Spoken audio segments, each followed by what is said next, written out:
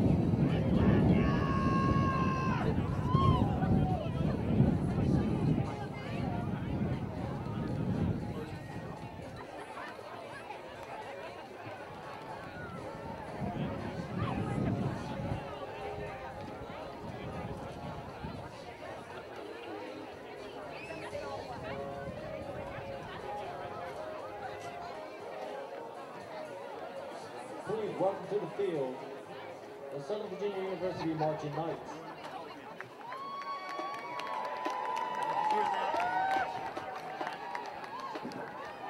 The band is under the direction of Harold Dobbins. Drum majors are Erica Jones and Marissa Newton. They shrunk us and Joel Foreman had sound back then last time. We kept good. And we taught, yeah, we kind of thought it was good. We taught the game up.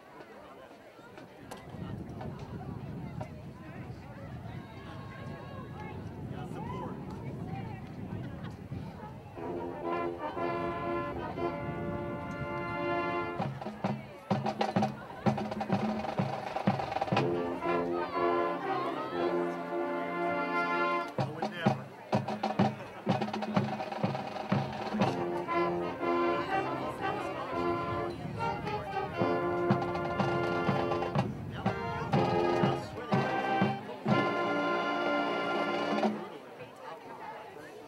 Please welcome to the field the Southern Virginia University Marching Knights. In the dance team and cheer squad, they continue the 2018 game show with the rock classic, I'm a Believer.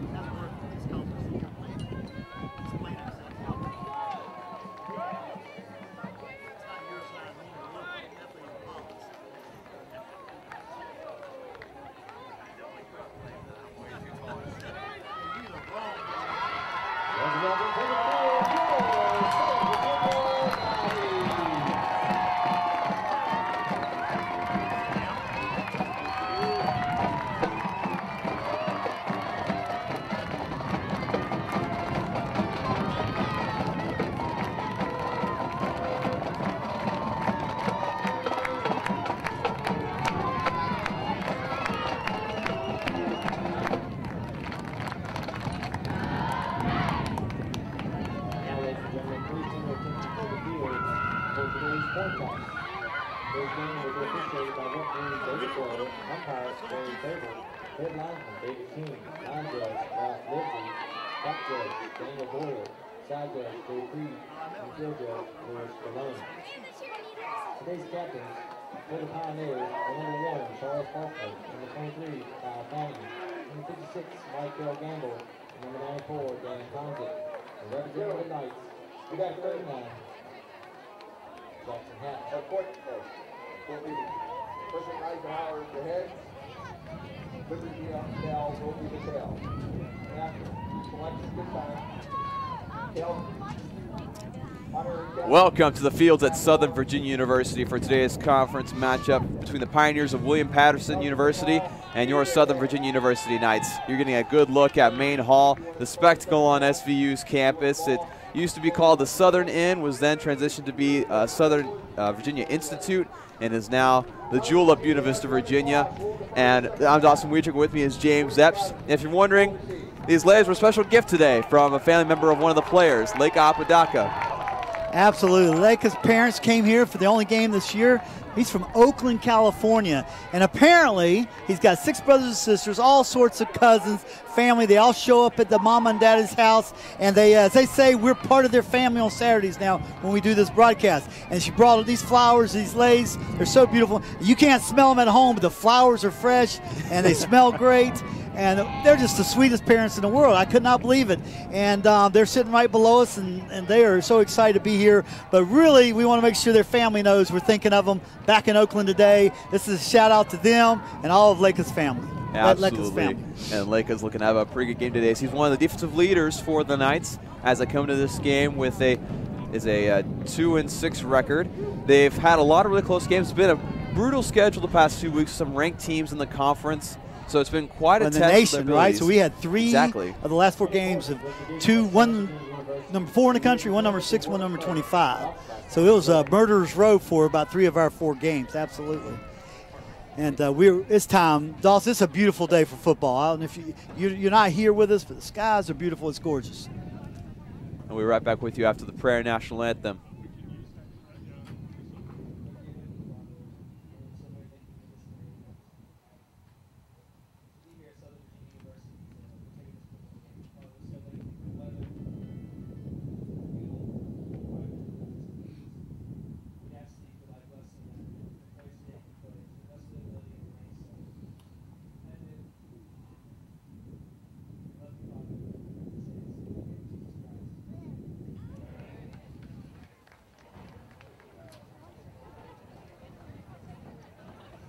Thank you.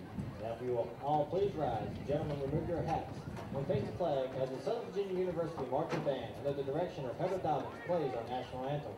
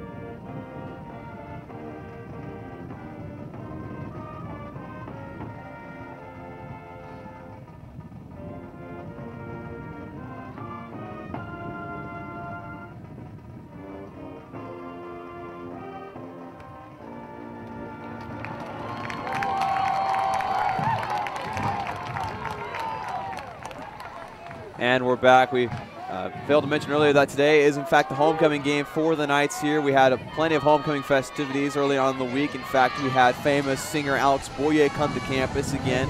Last year he came to campus to film a music video to cover the song Believer by Imagine Dragons. This year he just came and shared some inspirational music, some inspirational words for the students, really to kick off the homecoming spirit this week.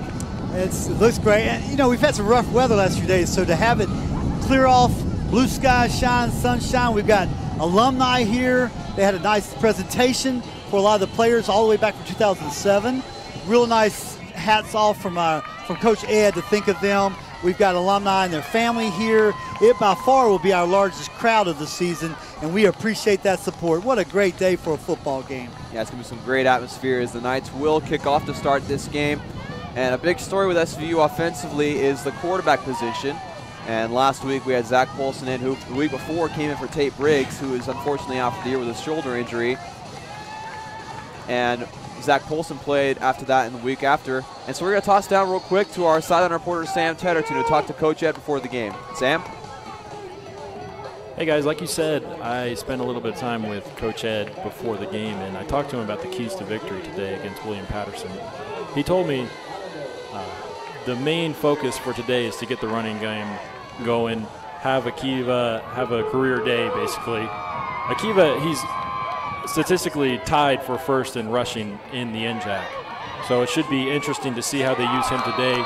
Again, we are working with a third-string quarterback, so expect to run the ball a lot. He said the group he's expecting the most is the offensive line. They've been beat up. They're finally healthy. Should be a great game for them. On the WM Paterson side, the linebackers are what they're most worried about. Coach Ed feels that if they get the linebackers for WM Paterson out of the game, they should have a great day running the ball. Back to you guys. Thank you, Sam. And that was Jordan Anderson, junior wide receiver for the Pioneers, returning that kickoff as the Pioneers are set for offense. And off up the middle, and at quarterback for the Pioneers today is number 17. That is Cornelius Kinchin. He's a sophomore. He's from Paterson, New Jersey. And running the ball was number 3 for them, Corey Morris. Yeah, we're going to catch you up a little bit. We've got to, things about this team, we have got to dominate Dawson this game. Absolute defense. We've got to keep them pinned back against their own goal line as much as possible this entire game. You will see that's our strategy. This is not a strong running team, but they will throw the ball quite a bit. You'll see efforts by the defensive scheming that I've talked to the coaches this week. We plan to bring a lot of pressure. We've got to get to the quarterback. We've got to create opportunities for interceptions, strip sacks. We've got to turn them over, and we've got to do it deep in their own end zone to help our offense score. Absolutely do, as it's now 2nd and 7 here. Sending a man in motion. They're going to hand it off to Corey Morris again, who's going to have, looks like enough yardage for the first down. That's about an 8-yard pickup. Going to get out to their own 38-yard line. Yeah. And I talk about this team isn't well known for running the ball in this conference. We cannot have this. So our boys have got to wake up real quick, get some intensity, stop these runs. Do not let them have another first down. We have got to win the field position battle today, and we definitely cannot let them run on us. Right, absolutely. As SVU's defense for the past couple weeks has surprised some people, playing at some really good offenses, playing some really lockdown defense, and there's a pass play, and that's caught by number 85 for William Paterson, and he's going to take it all the way down to SVU's 18-yard line. That was William Freese, the freshman from Waldeck, New Jersey, making that big gainer for the first down in the Knights territory. That's we are going to have the fight back real quick. That was back-breaking for this first drive. You know, our hopes was to pin them back, keep them back this first drive. That was a beautiful play, and their strength is the passing game, so we've got to figure it out. But our strength is the red zone defense. Let's see if we can deliver another time. Kinchin found that perfect gap on the left side to pass it to, and gave wide receiver plenty of space to run on the left side. And now looking to the sideline, quarterback alone in the backfield. Looks a little confusion. Now they're only 1-8 of scoring touchdown. Yeah, they took too much time, I think. 1-8 Dawson this year. William Paterson scoring touchdowns in the red zone. So we rank in one of the top in the conference at defending and keeping opponents out of our end zone. So let's hope that continues, because we've got to keep this as a field goal only, and just field goal attempt only. Go regroup a little bit, get to the sideline, let the coaches wake up our players, and let them say, hey, this is a wake-up call. I don't know what you players are thinking, but if you're thinking we're going to run right over William Paterson today, they came out and busted us in the mouth right off the bat. Exactly. So we need a change of attitude real quick and get our defense straight, and hope we can keep them out of the end zone here and show what we're made of. And they don't want to repeat that scare they had with Apprentice when they felt like they're going to go in there and break school records, and then all of a sudden it's only a 1-point victory. Yeah. So they really need to make sure that they do all that they can, come into this game like they're playing against Wesley or Salisbury. Absolutely. And hit it in the mouth. Yeah, this is we're 2-6. You know, we have got to show something. We need to finish strong and make sure we win one game today, and that's going to be by winning one play at a time. Absolutely. They have number 3 in the backfield. That is Morris. They're going to hand off to him on the right side. He's got nowhere to go. He's going to try reversing the field. Dallin Breen tried to get to him. Dallin did a great job. And that's still a loss of 2 yards. Well covered on both sides of the field. Looked like for a second they might have some room when he reversed the field, but the defense able to readjust. And that looks like that was Leka. Leka's parents gave us these lays before the game, making that play. Yeah, that young man's quick with the ball, but everyone stayed home, stayed in their lanes, and eventually that lateral pursuit, we won out. We had 5, 6, 7 guys on them. And we need to keep backing them up. As far as I'm concerned, keep backing them up here and don't even let them get a field goal. As it's now 2nd and 13 for the Pioneers. Lining up in the shotgun formation. They're going to be throwing the ball, Dawson. He throws it to Morris on the wing side. Down Breen in pursuit. He's in on that tackle along with number 32 for SVU. That is, I believe that is Peyton Madsen, the freshman from Provo, Utah. Yeah, he's had a great year for a freshman. He has done so many good things. Gave him too many yards, but it is 3rd and about 5 or 6. And let's see if our hometown fans, they're getting it. We're getting noisy. Let's cause some distractions. But we've got to stop them. We got to be stiff here. Love to see them drop them for a loss, but whatever we do.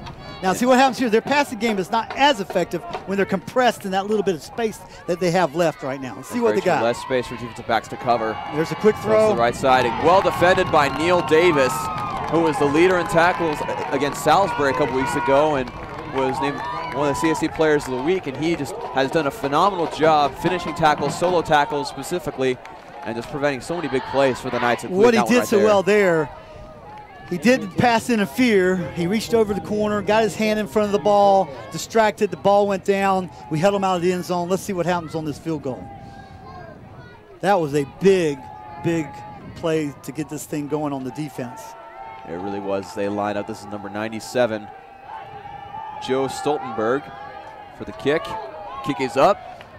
And it is good. So the Pioneers will take a 3-0 lead. It was a good wake up after that big play. It was. I mean, we're just announcing the game, but good gosh, man, they have got to figure this out in a hurry. We cannot allow William Paterson to go down the field 80 yards on us and even get 3 points, but much less allow the 60-yard play or whatever that pass play was. We've got to wake up right here, right now.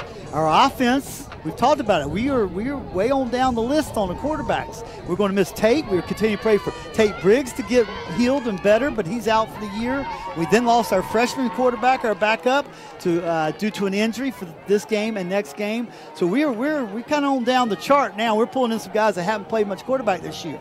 Yeah. So our defense have got to do their job and absolutely wreak havoc, turn the ball over, intercept the ball. What we cannot have is that. And I believe we will not have it. I don't think you'll see another series that William Paterson just had. I don't think you see another one the rest of the game. I'll predict that. I believe our defense will have it straightened out next time they walk on the field. Well, the defense has been the shining spot for this Knights team all year long, so you can expect for Coach Mulitalo to talk to them a little bit and say, hey, you're the ones we look up to. I don't think there's a little talking going on there. I got a feeling there's a little blistering going on that sidelines right now on that defense. And it's Caden Knight back to return. It won't be him catching the ball. They're going to take it on the near side. That is number 13. Good blocking. That is Jeff T. LaPointe taking it back all the way, I believe, to their own 42-yard line. And a great return to start off the Knights' possession here. We talked about again before the game and you just now the quarterback situation and how that's going to really simplify this offense. And so this offense is really going to rely on the two guys that we're relying on all year, Akiva Wedge and Pastor Lewis. Absolutely. And what's critical for us, we've got to have good field position. So thanks to a good run back, a good team effort, good blocking, we got that on the 42 and ready to roll. Let's see how we do. Skylar Johnson, number 5, is that quarterback right here. He's going to hand off to Akiva, who's got some space. He gets about 2 yards. We talked about those linebackers flying in and how good they are at collapsing on the run and how many tackles they've gotten this season. Both of them over 80 tackles in the season total. That's a heck of a 2 linebackers together. We had a little bit of an opening, and one of those linebackers, you'll catch the number, I think, came and closed that down. It was number 30, Shamar Christopher. Yeah, like lightning, he shut that hole down. Now lining up under center, Skylar Johnson. He's going to hand off to Akiva There's Wedge a again, hole. who's got a hole. He's going to break a tackle, and he's going to get about 8 more yards and get close to the first down. It'll be 3rd and 1. We talk about that with Akiva. It's those yards after contact. Yak, right? Yards after contact. He gets more yards after contact. He got probably that extra 3 yards, which really was extra effort. I know I've raved about him, but I love how hard he runs. But even after he's hit, grab, slap, he gets 2 or 3 more yards, which we were desperate for on our offense today. We definitely are, and that was Jason Gustav making that tackle as a handoff to Akiva yet again. And he's stopped behind the line at their own 50-yard line, so it looks like it's going to be a 4th and 1. Interesting decision here coming up for Coach Militalo in the offense. And Skylar Johnson staying in there as if they're going to go for it, looking like. No, we're going to punt. This is part of our strategy today, part of the coaching decision. Talking to some of the coaches this morning, we are probably not going to go for it on any 4th downs, even if it's 4th and 1, unless we're on about the 30 or 35-yard line. Our game today is all about it's pinning back this team and letting our defense show what they normally do show us, pin them back in their own territory. So let's see if Jackson can do that for us. I hope it's going to bounce. There you go. No, come on back our way. Nope, not going to. It's looking to pin them on their own 24-yard line. That was number 27 for the Knights. Well, Tanner Miller touching it down. I feel like we're going to be able to do some running. I really do. I think we'll mix it up, get a couple flare passes. I think Akiva is going to get some ground game working. The line, our line does a good job most of the time, and I think they're going to get us some good holes too. But right here, this is going to determine our day. What is our defense going to do? Are they going to be the defense they were at Wesley and Salisbury for a great part of their game? That's going to make or break us today. It really is. You could see the frustration on Akiva's face when they decided not to go for it. Oh, he yeah. knows This is strategy, though. This is pre-planned and strategized. And a good tackle behind the line. That's Leka. That's the move we've been talking about for the game. I can hear his household right now in Oakland. They're all screaming and carrying on, as they should. And that's a loss of about a this yard. This is what we're talking about. And I do believe our boys it takes a little bit sometimes. Homecoming is cool. Sometimes you got to go out and hit a few guys and get warmed up and get slapped in the face like they did, and punched in the mouth like we did on that second play of the game. So let's do it 2 more times and make these guys punt deep in their own territory. Yeah, absolutely. As again, the Pioneers are in shotgun formation. They're going to fake the handoff. They're going to pass it up to the right side, and a good catch. That's by number 85. Yeah, same one who made the big play earlier, William Freese. He stands at 6'2". Got a flag on the play. Let's see what we've got. That was a nice play, but we're tightening up. We handled it better, but now we've got our linebacker didn't fall back in the middle quite quick enough. And that was Neil Davis and Peyton Madsen on that tackle. So, yeah, that penalty is against us. Of course, they rejected it. Off they go with the first down. But we have got to keep them on this side of the field. That penalty is going to hurt them. It's now 1st and 10 on their own 40-yard line. But we talked about passing is their greatest strength on offense, and our greatest defense is a run. So we've got to figure something out to negate their passing. They're going to hand off to the left side again. That's to Morris. I don't think they're going to run against us. I really do not. We are strong on the run. We're quick to the ball. What we're going to have to do on defense to negate their passing game, we have got to have pressure on that quarterback some way, somehow. He's got to start running for his life back there, and not even. But that's very difficult when it's a 2-step, 3-step drop, and they're getting rid of the ball in under 3 seconds. That's when it gets tough to get pressure on them. And excuse me, I believe we've been saying the wrong name for number 3. That's Marcel Mason, the running back. Now, shotgun, we might have more time at him and get a sack out of this thing. Oh, that's another quick. Oh, balls go. Oh. Looks going to call an incomplete pass there. It was close to a catch and fumble. Yeah, almost. He tagged him. That was beautiful. Shay's our spotter. Y'all get to know Shay sometimes. Shay, did you see who hit him? You missed that? That was a heck of a hit. It's 32. I think it's our freshman again. Yeah, number 32. Yeah, that's Peyton Madsen. Peyton did another. He is playing lights out this year for a freshman special. Let's do Now that again. It's third and 11, for the right? Pioneers. Yep, 3rd and 11 for the Pioneers. Drop There's back the pass. pressure. There's the pressure. There. And we have a defensive back falling down in the backfield. That was number 6 for the Knights falling down.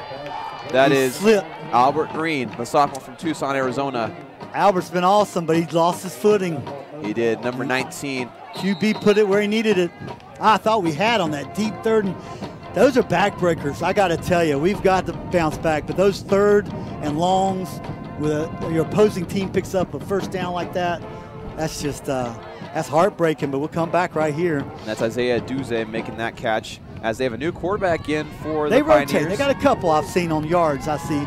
That's more like an option. And There's Leica coming in with a monster hit in the backfield as he tackles number 4, Mike Yaros, the quarterback that came in, the sophomore from Montauk, New Jersey, and just absolutely blew up that play. And then that's good. That's good play calling. We don't talk about it enough, but our defensive coaches do a great job. They made the calls from the sideline. They read that. When that quarterback came in, they knew it was more of an option quarterback who's going to be running. So they brought him right down the line from behind. Pursuit, dropped him for a 3-yard loss. And they're going to bring back Kinchin on the field here with Marcel Mason in the backfield. Sending a man in motion.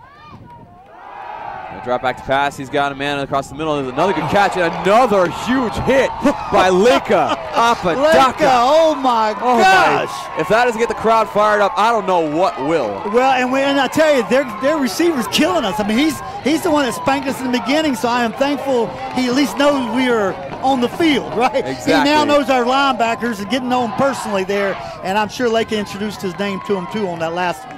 And now it is 3rd and 13. It was a great catch Oh, by the wide he hung on the receiver. ball. It's amazing. But here we are again, Dawson. This is my point. We cannot let them out of the stinking box this time. They have got to keep them, make them punt. As Kinchin lines up in the backfield with Marcel Mason. We need some pressure somehow on that QB. Cross back to pass. He's got Breen coming on the right side. He has some pressure. And looks like it's going to be incidental contact. No penalty flags are flying. Neil Davis in on that play. And Dallin Breen came in and that's the right leveled call. Kinchin, knocked off his helmet. But clearly, what's the number on that receiver? But that's the right now they've only targeted him. I think he is the receiver. We got to That's figure number out. 85, Yeah. William Freese. He was the one who made that long play. Yeah, well, William is he's their safety valve apparently, and their safety blanket because they're going to him every time. That is what I expect to see our defense look like. Now I'm feeling a little bit better. I can breathe a little easier. I won't have a coronary here the first quarter. And Peyton Madsen will be back to return this punt for the Knights, as it'll be number 97. I believe that's Stoltenberg. I hope we put some heat on this punt. Let's put some heat on him. There he comes They're from the showing it. outside. They're coming. Almost get to it. And he's going to receive it at his own 6-yard line, tripped up, and well that's where he played. will be tackled. That was a great tackle by, I believe that was number 7. Shoestring tackle. That's one of those tough decisions. I like fielding it, but most times if it's inside the 10, you should let it go. It's a great chance. But that ball was so well punted, it's the position. Did you see him coffin corner to the left? So if our man would have let it go, I think it would have maybe rolled out in the 5, 4, 3, 2 yard line. And So good decision, but great defense, shoestring tackle on that. Really was. Or he would have picked up 10 or 15 yards. He had some grass He in had front plenty of of him. space on that far side for sure, and that was tackled by Siraj Abdul Malik for the Pioneers making that tackle. All right, just so you know, that's not our strategy. We don't want to be backed up today. So let's see if we can get a Kiva to bust a few, get us out of there. And Skylar Johnson going to take it himself. quarterback He's got run. some space, and he's going to get about 5 yards in that carry. And remember, Skylar Johnson's a converted wide receiver to quarterback, so he's got some legs. He does. Of course, continue to hold my breath. We have such limited quarterbacks. I don't want them running too much, right? But I'm grateful for that big run. I mean, having 2nd and 3 gives us so many more options on the offense. So I'd love to see us get a nice first down at a time, have a nice long drive, put some points up, give our defense a rest. Looks like nice he about run. 7 yards, and that'll be Charles Faulkner in on Workman. that tackle. Hand it off the middle, and that's going to barely maybe gain anything or get back to the line of scrimmage. Yeah, they're getting some penetration. Our offensive line's got to blow them back a little bit. They Right were now, we're not really pushing them forward. They might be pushing us back a little bit, but we are not moving the line. So that's where you got to get your offensive linemen fired up and ticked off and be committed as an entire line to move these guys back. They're not that big and they're not that fast on the line. They only have 3. The linebackers come up. They're going to hand off to Akiva There he again. goes, He's there got he some goes, there he space. He's goes. going to break tackle. It looks like he's got enough for the first down. He's going to get 5 yards on that play. Dane's getting a little bit chippy there down there as we saw a couple of shoves. And that was number 18 on the tackle for the Pioneers. That is, so we're trying to lock through who that is here Well, for you the fix Pioneers. that. We do. I mean, it's good to get a little fair chippy, right? I want to see our guys with some fire. I think you sometimes, especially last week, we got our backsides handed to us last week. I'm not going to focus on that, but sometimes you've got to learn what you're made of inside, and most of our guys and our young men are competitors. But you want that fire to come out and say, this is not who we are. Exactly. We are winners, and we're going to win every play. And like we talked about before the game, Frostburg State last week really clicked Direct on all snap. cylinders against the Knights. And it's Akiva Wedge getting about 2 yards on that play. Now, interesting enough, Dawson, I'm afraid that might have been a surprise to Akiva. We got to be honest here. He looked pretty surprised, but that shows you how good of hands he has. Did you say he plays a lot of basketball? Yeah, right? I played pickup basketball with him a couple times, and he talked about his leg strength, how he breaks tackles. That's exactly how he is in basketball. He breaks away from defenders and runs them over. Well, a guy that plays basketball most times has good hands if they're handling the good ball. reflexes. And he really I look forward to seeing that on film. And then look at that, he made something out of it. Skylar Johnson's going to take it again. He's got some space on the Nobody far knows side. he's got a blocker. it almost. And he's going to get close to the first down, make it third and like maybe half a yard. I love these calls if he can withstand the hits, but he's got to go down fairly quickly. We cannot let him get teed off like Tate did by these 2 linebackers, Exactly. right? I hope he's smart enough. I'm sure they got him prepared. But they 8 of their defenders bit. Yeah. They were all piled up in the middle with Akiva, which you've got to, that's the advantage of having Akiva being tied at the top of the conference as leading rusher. That is wonderful because they are going to focus. You know what their defense spent the week talking about. Oh, yeah, Akiva Wedge. Akiva Wedge. I love the fake they're going and having our QB run. I mean, that was beautiful. We are right on the first down. They're going to measure. As they bring up Looks the like we're sticks about to 4 measure. inches short by the chain link there they're showing. So I'm loving the call. We just got to have our man truly know when to get down if he sees linebackers come slide and live to play another play. Absolutely. As again, the quarterback situation for the Knights is kind of tough right now with some people stepping up, and we have Pastor Lewis there in the backfield for the Knights. I'm running back. And As so they say, like it's tenuous at best. We're a little bit on shaky ground, but we can do it. And I like the play call, and Skylar's doing great. That was beautiful. 2 pretty runs. And then you add, like right now, Akiva, I think, is back there right now, too. Punch that thing to the first down, and we've got 2 first downs and moving down the field. 3rd and inches, Skylar Johnson under center. He's going to hand it off to Pastor Lewis, who's got enough room for the first down. There looks like a shoe fell off on the far side, or is a penalty flag. Yeah, I think. Looks like it is. Looks like could be a encroachment because they didn't stop the play. Yep. Number 31, that is Jonathan As you Jackson. know, the odds are always in our favor. That's going to be because they let the play happen, right? Right. So they let the play happen. We're good, which I'm thrilled. We've struggled a little bit at times. I don't want to jinx us. We struggle a little times jumping offside and backing ourselves up 5 yards, which is heartbreaking. Right now, we're steady, Freddie. This is beautiful. 2 first downs in a row. Let's keep it going. That's Skylar Johnson in the shotgun again, hands it off to Akiva. Actually, he's going to throw it to the far side, and he's got a blocker in front of him. He's going to get some space, and he's going to get about 4 yards on that play. A good first pass play for Skylar Johnson. It's Caden, right? And number 15 for SVU. I know I should know this. I'm so sorry. That was a great play. We desperately needed that. Showed a little pass. He hung in there to try to use his blocker, came back. And, man, 2nd and 5. This play calling's good. We talked about those little out passes we can't go down the field too well. This poor quarterback hadn't had time to work with. Skylar has to get the timing down yet with these long passes. Exactly. Again, that's Kevin Adams with that reception on the near side. Skylar Johnson's going to hand it off to Akiva on the outside. He's got some room. He's got some space on the far side. Go, baby! And he's going to get enough for the first down. It's about a 20-yard gain. It's about a 15-yard gain for Akiva Wedge. That's the kind of players we came in here expecting to see from the great junior today. They had that. They set it up. I'm so proud of our offense right now. Keep making those calls. Keep it up because we're confusing them now. They can't load up the box, which gives Akiva room. And now they're speeding up the offense here with the no huddle. They're looking to the sideline for a play here. See, that success on the little pass on the wing, the quarterback runs, opens up and keeps them from packing in the box. This is the Knights' first time in Pioneer territory today as they're going to try to reverse that. I believe it's with number 18. I think it's Caden Knight who got that handoff, and it's going to lose about 2 yards.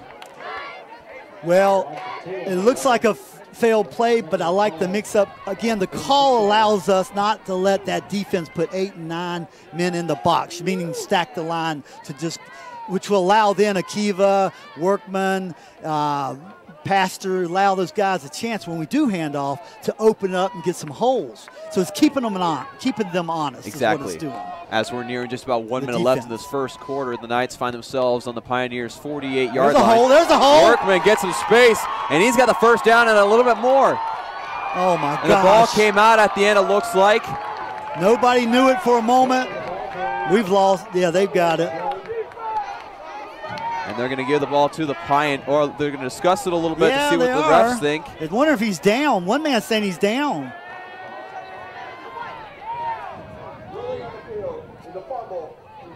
Nope.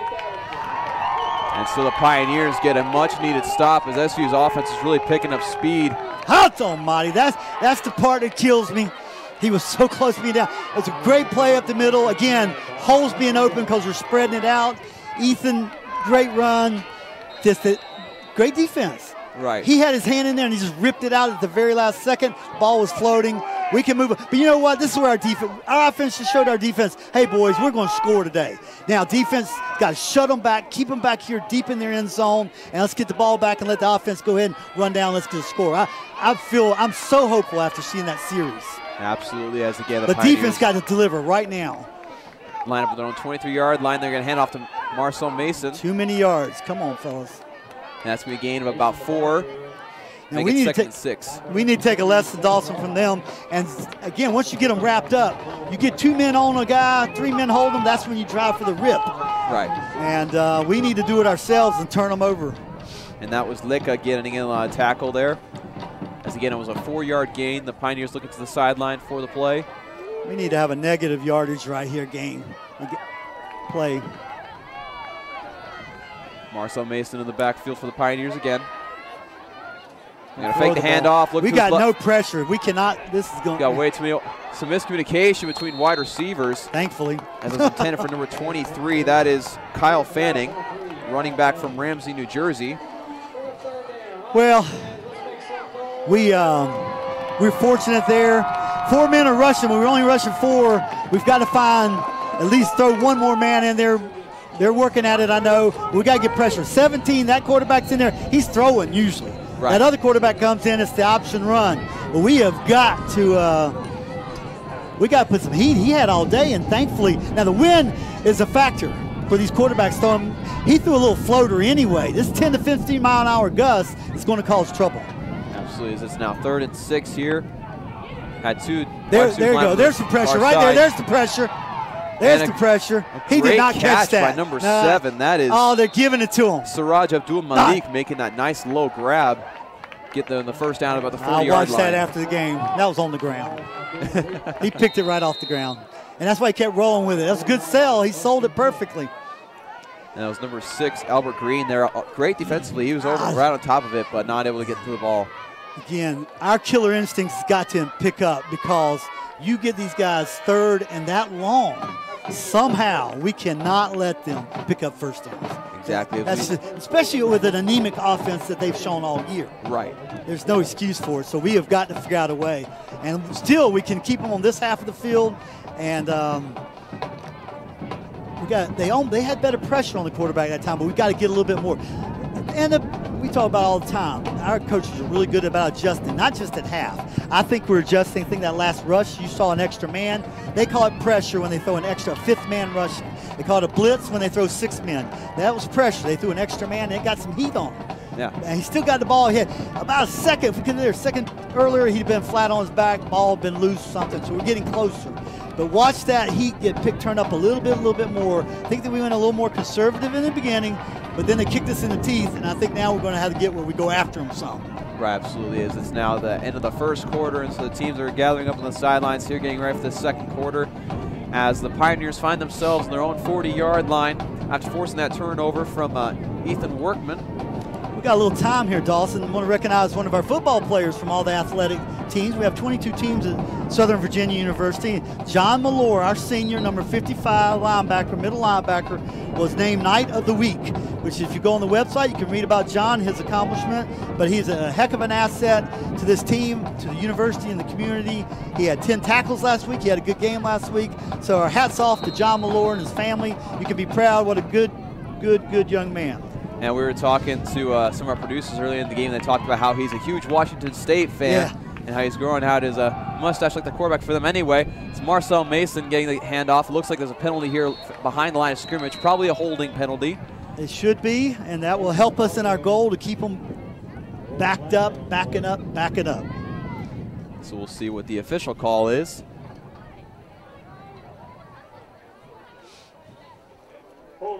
Yep, indeed it is holding. 56 for the Pioneers. That is, looks like that is Mikal Gamble, the senior from Elizabeth, New Jersey. Went to Elizabeth High School.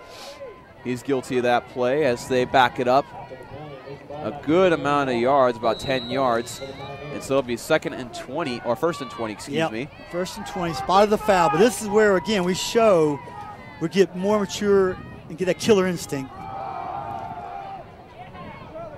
And he's not going to get very far. It's getting about a 4-yard gain. Here's some stat updates for you. Akiva Wedge so far has 7 attempts for 35 yards. Workman has 2 rushes for 24 yards. And for William Paterson, it's Kinchin, the quarterback, is 6 for 10 for 100 yards already. And like I said, they're a passing team. That's Marcel, still way too much for a quarter, right? It really is. And Marcel Mason is 6 attempts for 10 yards. And Raquan Bridgman is 3 receptions for 68 yards. Well, that first drive gave them a ton of those yards, so hopefully we can stop that. Oh, man. They're going to get all the way back into the original area where they were setting up shop. It's going to be about 3rd and 7, I believe.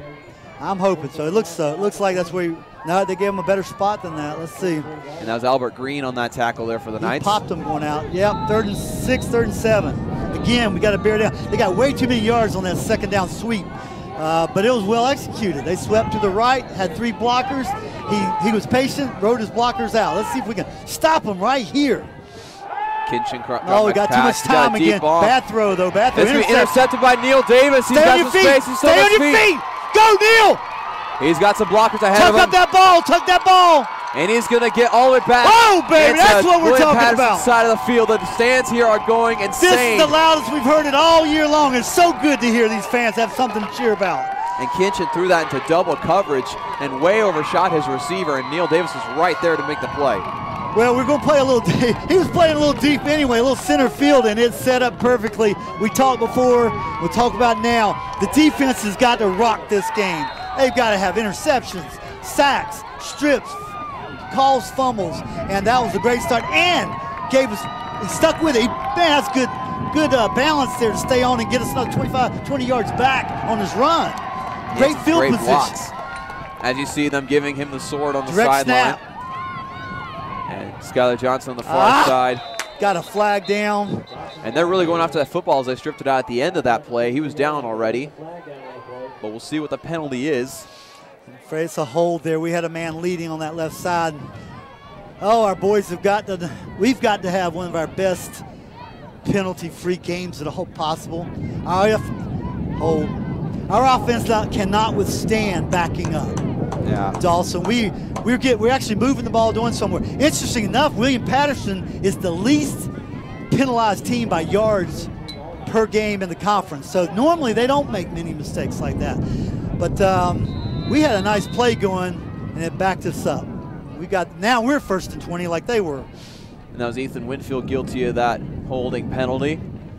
As they're going to hand off to Akiva. He's got some space. He's going to break some tackles, and he's going to get about 9 yards back. That's one way to make up for it. And we just got word that Neil Davis, with that interception, just became SVU's all-time leader in interceptions caught in a career. So well done, Neil Davis. Way to go, Neil. Perfect timing now. We want all three phases of the game to do their part today to get a great victory. And so we need our offense now to get this first down.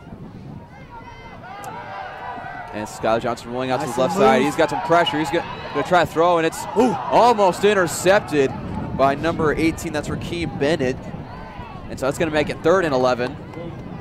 Well, considering we've taken a wide receiver, made him a quarterback in 1 week's time, he kept his composure. He's quick. His feet, he's got quick feet. He's got a good, when he just has to break down, make a play, he's keeping his head pretty well. Like I said, I don't want him running too much, but almost if he could just run 3 or 4 or 5 more yards up, we'd have been better off. There was kind of some opening on the left. Let's see if we can get this first down. We're going to hand it off to Pastor Lewis on the far side. He's going to be stopped after nothing doing there. Not even a yard, so that's going to make it 4th down and 11 for the Knights. Well, here we go. So we're going to punt. I can tell you, this is a strategy today. And we wouldn't go for it anyway, 4th and 11, midfield. Right. But let's see if we can't do a little better this time. Hopefully Jackson will nail him in the corner. Let's get a good snap. And great coverage. Every aspect, we got to have our special teams playing their best today. We need to pin them back so our defense can really get after them back against their goal line. This is Jackson Hatch kicking for the Knights. This is actually the first home game in 2 home games where he doesn't have to play a soccer game right after his football game. Yeah. So he's going to be relieved with that. Nice. There you go. So Rakeem Bennett. Speaking of that, that's why I talked to one of the coaches. He said, yeah, Jackson was it's booming him this week. I mean, his legs are fresh. Right. Which is hats off to him. This is a very small D1 school, barely 1,000 students. And some of these students play multiple sports. And Jackson's been a huge asset to us for punter and kicker this year. But apparently he's rested up, and like I said, he was kicking some really deep field goals this week in practice and booming some big punts. So great play. We got him. Let's see if we can just keep him pinned back there. And so the Pioneers will start at their own 15-yard line. Kinchin throws to the right side to number 23. That is Kyle Fanning, who gets that reception for about 4 yards. That's a heck of good hands. You see how he snapped back, and then he had the wherewithal and understanding. He dove forward for a couple yards. Turns out to be a nice play for 6 yards almost. Yeah, Neil Davis. But we're not going to get to the quarterback, though, when he's only taking 2 steps in his 2 seconds. Right. So the linemen then are taught, and I don't see us doing it yet, we got to throw our hands up on the line and start batting them down. Exactly. We got to start knocking it. We got to get our hands up if they're going to do that. Yeah, they know that SVU is really good at getting the quarterback, so they just have those quick slant plays. They hand it off to Marcel Mason, who looks like he's going to get close to the first down, if not get it. He got it, I think. At their own 28-yard line. Going to get some substitutions here for the defense. Yeah, open up a little bit too big of a hole. We've got to get a little more stout here. We have got to want it. This is where defense has got to want it and understand how critical it is to not let them rack up first downs. This is not their strength, so we have got to shut that run down. Yeah, we really do as SVU. They only had net 227 yards all year. Right. Kinchin in the backfield. He's going to drop back pass, looking down the near side, and that's some more miscommunication there, as that was wide receiver number 85.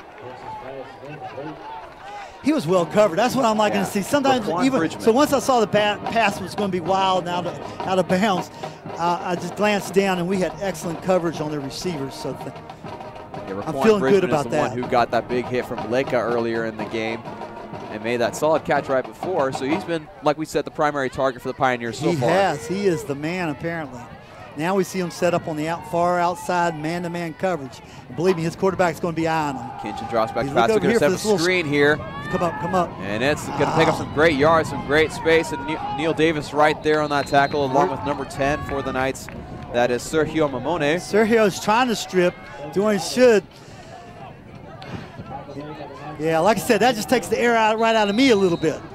We had them 3rd down again. We have got to stop them somehow. And now the Pioneers will be on the approaching midfield. And the goal is just not to let them pass midfield. And hopefully we can do it right here on this series. And now they have Mike Yoros back at quarterback here. Looks like they'll probably go with the option look here. It's exactly what they do is they hand off of the middle. That is, again, number 3, Marcel Mason with that carry for about, looks like 2 yards. Yeah, we can live with that. They run that much. I think we'll shut that down. Now it's Dallin Green making that tackle. And they're going to keep Yaros in for the Pioneers. Yeah, they are. I think you're going to see a little, if anything, it's going to be a little dink pass, one of these little slants real quick. Nope, we'll run it again. Hand it off up the middle See, to Mason again. He's got some space. And he's going to get upended there. Right now they're finding a hole. We've got to adjust. They're finding a hole right up the middle. We haven't been putting our biggest guys. See now, look, see 99. Big Mr. Blackman's come in the middle. Johnny Blackman, 99 in the middle. He's been hurt, so it's good to have him back. We've got to plug that middle up, so that's why you see him going in there. They're getting too many runs up the middle, which is complete. We've been so worried about the pass, we got to stop that. Absolutely. So it's good to see Johnny in there. He'll stop it. So they can't move Johnny off his mark. Yaros is making a check on the play right now. There's the run blitz. And he's going to take it himself as he breaks a tackle.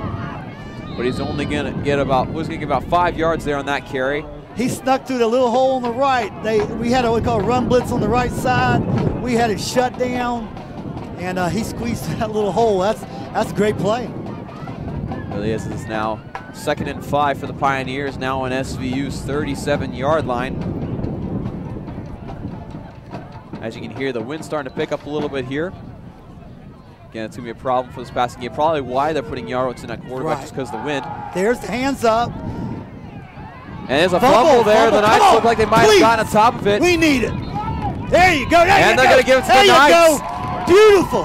Knights ball at their own 35-yard line. A big play here for this Knights defense. We got some unsportsmanlike conduct flags going up. I don't know if it's going to be one or both of us. That was number 23 running out of there, Brandon Austin. 25 for us. Well, 23 was running out of a group of people. And oh, I got you.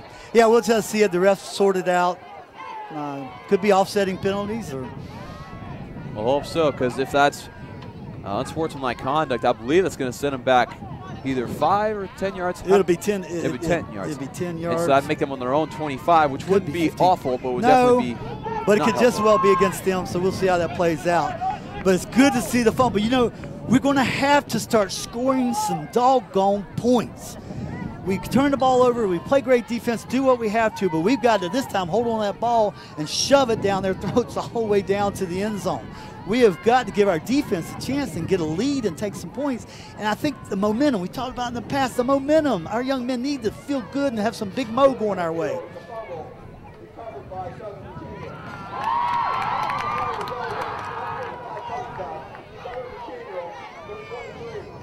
Yeah, you called it. Oh, the 15-yard penalty, so it'll be at their own 20-yard line where they'll start their possession. Well, it's one thing to get excited. It's another one to make that mistake. I mean, you just kill yourself with that kind of a penalty. We can overcome it, but boys have got to learn that discipline. When you make a great play, keep your head, keep yourself calm. You're just aiding and assisting the other team. They really are, as they're now backed up pretty deep in their own territory. Kiva Wedge getting another carry. He's got to break a tackle or two and get about 5 yards after the pile has been pushed. That's a heck of a run. That's a blue-collar, hard-working run. You could. So now, 5. We're going to have some. How much time we got? We got plenty of time. What we need is a good long drive. Hold on to the ball all the way. At least get 3 points. Hopefully we can break a touchdown and actually take the lead in a game. And now Skylar Johnson will be in the pistol formation with the Kiva Wedge. Actually going to line up in shotgun with the Kiva Wedge beside him. Going to hand it off to Kiva on the far side. He's going to get a couple yards. Looks like he might have enough for the first down. We're going to mark him about a foot or two short. Looks like where the referee came up. Make that 3rd and inches. Yeah. I felt like today earlier, and I felt, and I still feel it. I feel like today, especially with a quarterback who was a receiver just last week, that it was going to be Akiva's day. Right. And we're going to right now. We have other backs to do well, and we've got to keep spreading it out so they can't key in on Akiva all day. But we're going to need him with a 100-plus yard game. We're going to need to hold on to the ball and pick up some points through field goal or touchdown, whatever we got to do. They're going to hand off to Pastor Lewis. He's going to go to the far side and stops in the backfield. The Pioneers were completely expecting that. And that's a little disconcerting for me on the play call. You know, right now we haven't been able to go around the edge. So when you're just a foot away, I don't care who you are, either quarterback sneak or just plow it straight up the middle, go north and south. Right now, running east and west, we're not gaining any. We've failed on that so far. And that third down, such an opportunity. There's so many coaches who watch games and they see these Division I college teams line up in shotgun on like 4th and inches. And they're like, just line up an I formation, classic, put a fullback in there. Shove it right up the middle for a yard. Exactly. Jackson Hatch lining up to punt here. Nice snap. Good punt, fighting the wind. Nice and high. I like he put it over. He's got trouble. He's going to have trouble. Oh, my gosh. Great catch by number 18, Rakeem Bennett. Great catch, because he was running off his shoulder. Wind, sun. In his eyes. And you know what, though? What he did great for his team. That's the point. That ball could have rolled, who knows, inside the 10. But because he fielded it, even though I think it's a high-risk play, and I hope he keeps doing that because we could pick up a turnover. But because he did that, he probably saved his team at least 10 to 15 yards. Absolutely is. Now they line up on their own 31-yard line to start this next possession. The last 2 possessions for the Pioneers have turned up in the turnovers. The first one being an interception by Neil Davis. The next one was a fumble that was recovered on the far side. And I'm going to sound like a broken record, but we got to stop them. We can't be letting them get these first downs. We just cannot, Dawson. And so they're going to have Mike Uros stay in here at quarterback, whereas Kitchen started out most of these drives, in fact, all of them. Going to run the option, and there's that hole again, right up the middle. It's about a 4 or 5 yard gain for the Pioneers. Yeah, I think he got a little bit more than that. That's why they're sticking with him. What he's doing is working. Their other QBs throwing some pretty bad balls in the wind. This is working for them. They've been consistent. They're picking up 5 and 6 and 7 yards, and they've got us a little confused on the defense. Right. And also, not to sound like a broken record, this Knights offense has to give us something. I mean, I know there's so much struggles as far as like quarterback play is concerned, how far you go with that, how complex the playbook you can get. But you got to give your defense something. When they force this many turnovers early on in this game, you got to give them something to feed off of that. As they hand off up the middle to Marcel Mason. That was a good hit by Albert Green, but it's enough for the first down as it's a 6 yard gain. Well, we're playing more for the pass right now because we didn't think we thought we could shut down the run with our 4 defensive linemen. But we're going to have to cheat a little bit, bring those linebackers up a little bit more if they're going to keep running it right up the middle on us. The Pioneers will get themselves situated as Yaros is in the shotgun formation. And he's going to hand it off. And that's stuffed right away. Much better. Looks like that was number 45 for the Knights. That is Landon Winatana. And on that tackle, he's a freshman from Hamilton, New Zealand. Well played, well played. That's what we need. Now 2 more downs just like it right here. This will be 2nd and 9. Our coaches are adjusting. We're not going to keep allowing them run up the middle, so we're going to make adjustments, but it might mean we're having to cheat in a little bit, which might expose us on the passing game a little, but you got to at least shut that down. We can't have them running up our throats. Another one in the middle, Marcel Mason popping again. Outside. Ooh, oh, great hit. Oh, that was number 6, Albert Green, coming in, laying the wood there. Oh my goodness. Beautiful hit. That's great to see. As we say, that's called a decleat. He decleated him almost. Of course, tough little running back. He popped right up and held on to the ball. Hats off to him. But that's a way to do it because that gives us another chance at 3rd and long, 3rd and 8. We're going to deliver on one of these, and one of them's right now. I feel it. I feel it. Now, you see, look at the quarterback they got in. He's going to sling it. Yeah, so let's see what happens. Maybe we can get some pressure on him, too. Drop back. He's going to look on the near side. He's got a man open, number 7, but he's going to throw it out of bounds. That was intended for Siraj Abdul Malik. Perfect. I mean, our defense was great. Got just a little bit of pressure on them. But if you go back on their stats for the year, they're only running about a 50% completion rate. They're struggling a little bit with that. Right. And this team is growing. Hats off to WM Paterson. You got to understand, they have a brand new coach this year, whole new coaching staff. They're learning and growing too. I think they've got some young players. But to our good fortune, we held them. Hats off. I know I sound like I've been complaining about that a little bit today and fussing. So hats off. I'm giving them a standing ovation. And let's see if we can get a good run back and score some points before the half. Absolutely. That's a very slow snap. We need to get after. He's going to William field Ortel Jr. punting that. Oh, shoot. And hit by his own player and causing a fumble. Well, thank you. Here you go, man. There's a penalty coming in here. My wife fought you. Spread that around your leg. Right. I'm afraid the flag might be after the fact, but we'll see. Because it looks like the initial hit did not jar the ball out for SVU, but it was the hit by their own teammate. It looked like it was number... Yeah, we were running up the back end. Looked like it was Woodson Francois, if I'm not mistaken, number 16. Yeah, they're... we're going to get the...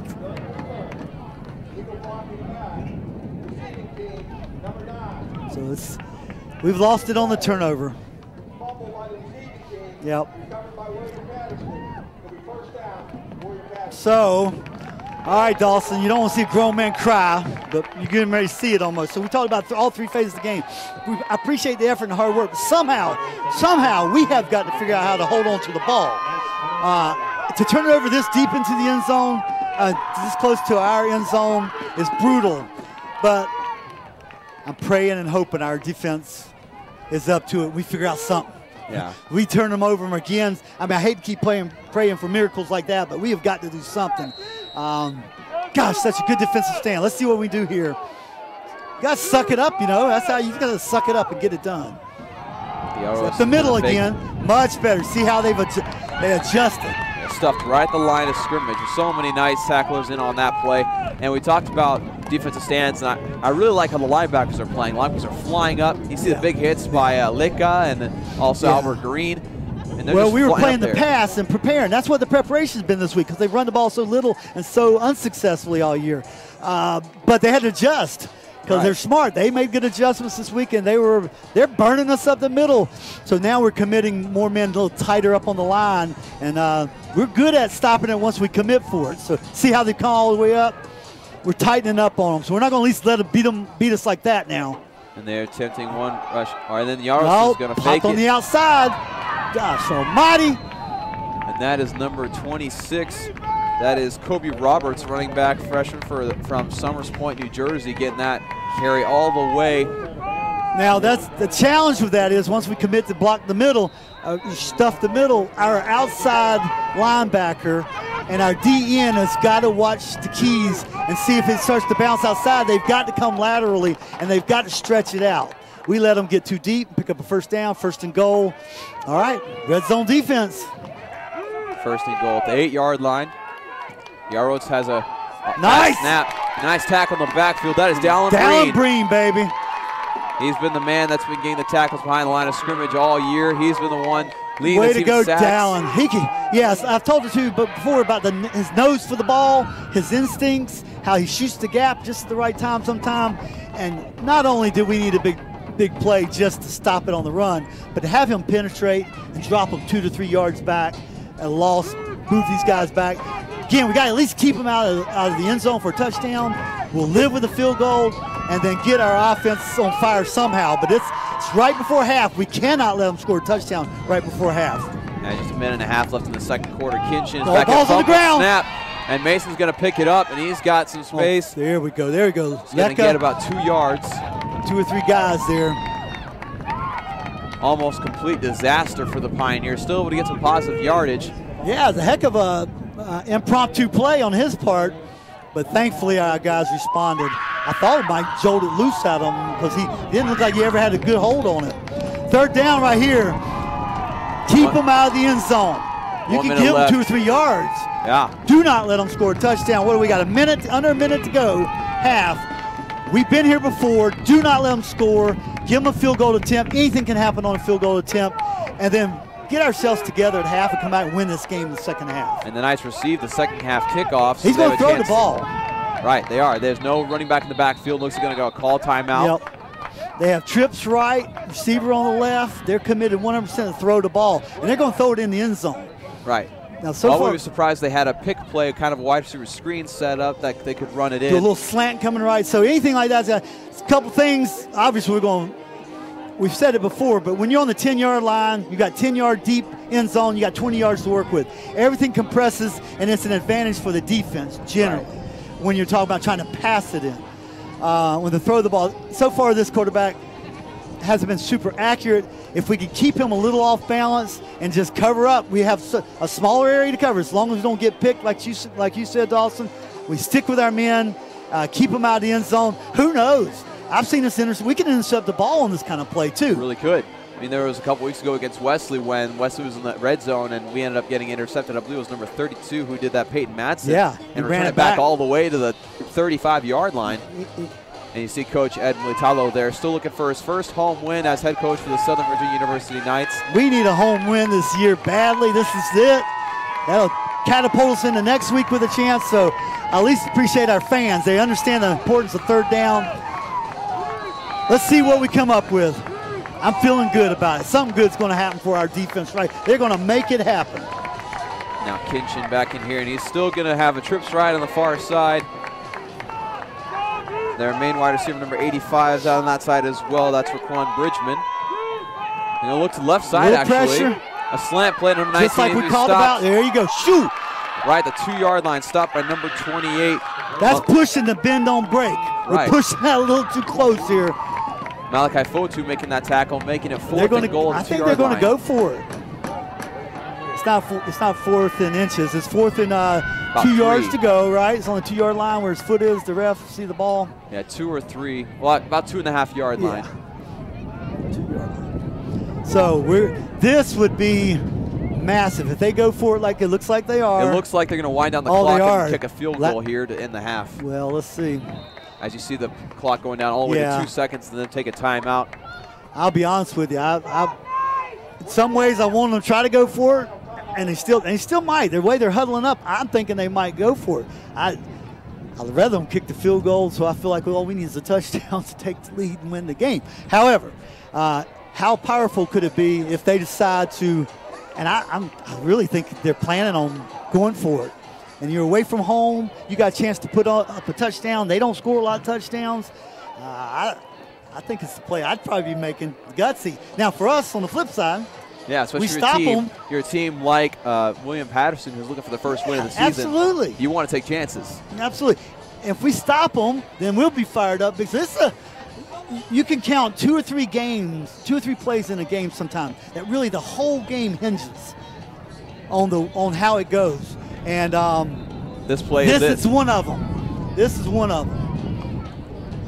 Yeah, like I said, for as little as both these teams score, if this is the game. We go live camera here quite often, team. So thank you. All right, we got some of our alumni and fans here behind us, helping join us in the broadcast. So clearing them out a little bit. All right, this is it. And if you're just joining us, this is William Paterson Pioneers versus the Southern Virginia University. This is their Knights running quarterback. Sports Network. Yes, this is Yados lining in the shotgun. It's getting loud here. It's getting loud. Come on, boys. Marcel Mason in the Come backfield. on. They're going to fake the handoff. Yados got him. And he's stopped. Got him. There's a penalty flag on the field. That's what we're talking about. The flag's going to be a hold. I'm not too worried. Big Johnny's feeling good about that number 99 in the middle. We got let's perfect. There you go. And that is how you end the half defensively. Like you said, it's one of those momentum plays. If the Pioneers score that touchdown, it makes it so much harder for the Knights to come back. But the Knights able to hold firm and able to take it into halftime, only down by 3, and get a lot of momentum going to the locker room. Dang, that was great, but we had to have that. I don't know how. Like I said, we're 2 or 3 plays in some of these close games. Clearly, this is going to be a nail biter. It's going to be not a 30-point type game for either team. Right. This could be a 6-3 game, 7-3, 7-6 game. I cannot tell you. We have not done well coming back because right now we've talked about it. We're struggling on offense. We don't have we're down to way down on depth chart on our QB. We had to have that. I don't know how else to say it.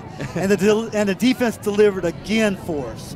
They allowed 3 points. They looked shaky to start with.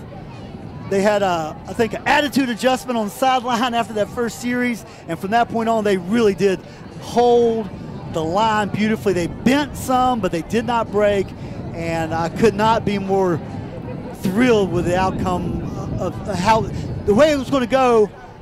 To have it end like that, getting our team fired up, our fans fired up. We're down 3-0. We get the ball at half, right, on kickoff. Right. Yep. So I'm feeling we're going to come out here and take the lead at the beginning of the half, and then our defense is going to take care of business, and we're going to walk away with a win today, Dawson. I got to believe. Absolutely got to. Great second half to look forward to as we start the halftime show here for homecoming.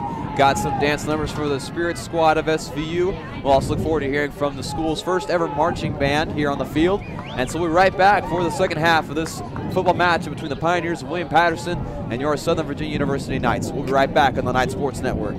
Go Knights!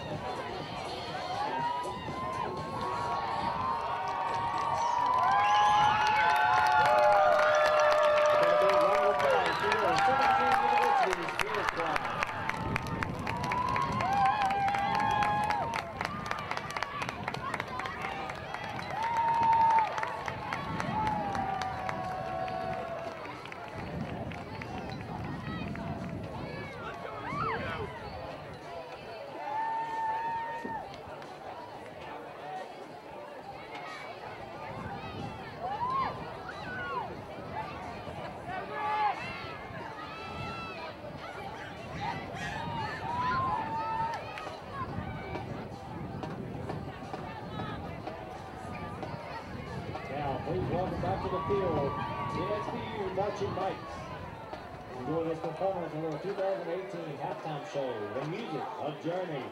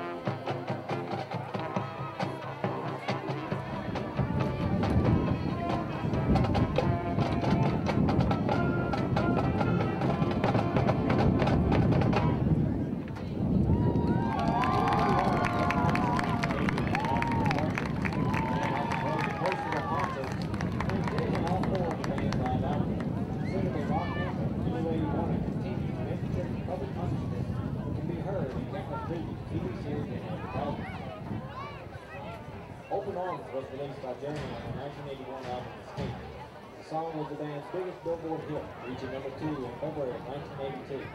Open Arms was one of the most recognizable love songs of the 80s. It was named the greatest power ballad of all time by VH1. Please enjoy the SVU Marching Band's rendition of Journey's classic, Open Arms.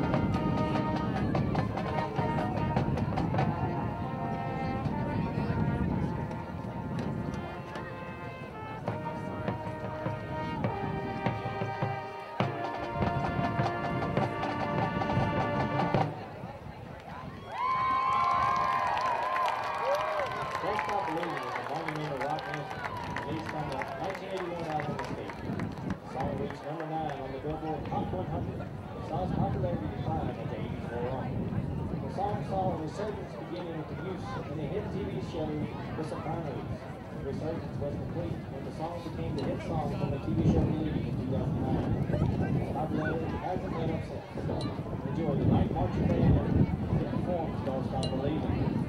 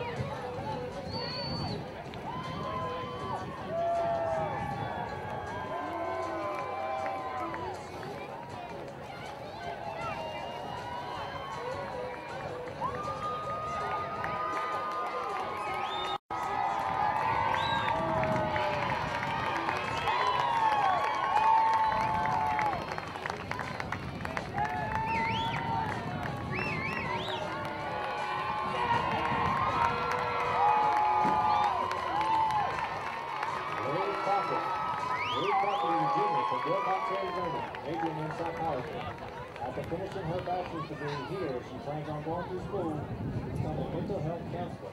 She has enjoyed competing on the women's volleyball team at the center for the past 3 years and looks forward to one more.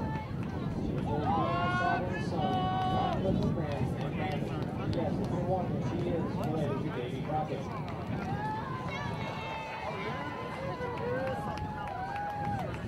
Next is your team, Nikki Santos.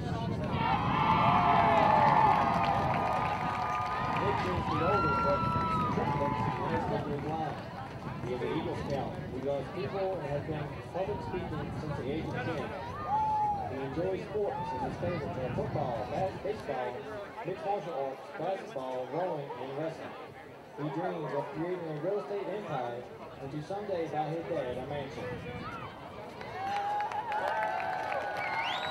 One more time, give it up for the 2018 Southern Virginia Homecoming team getting clean.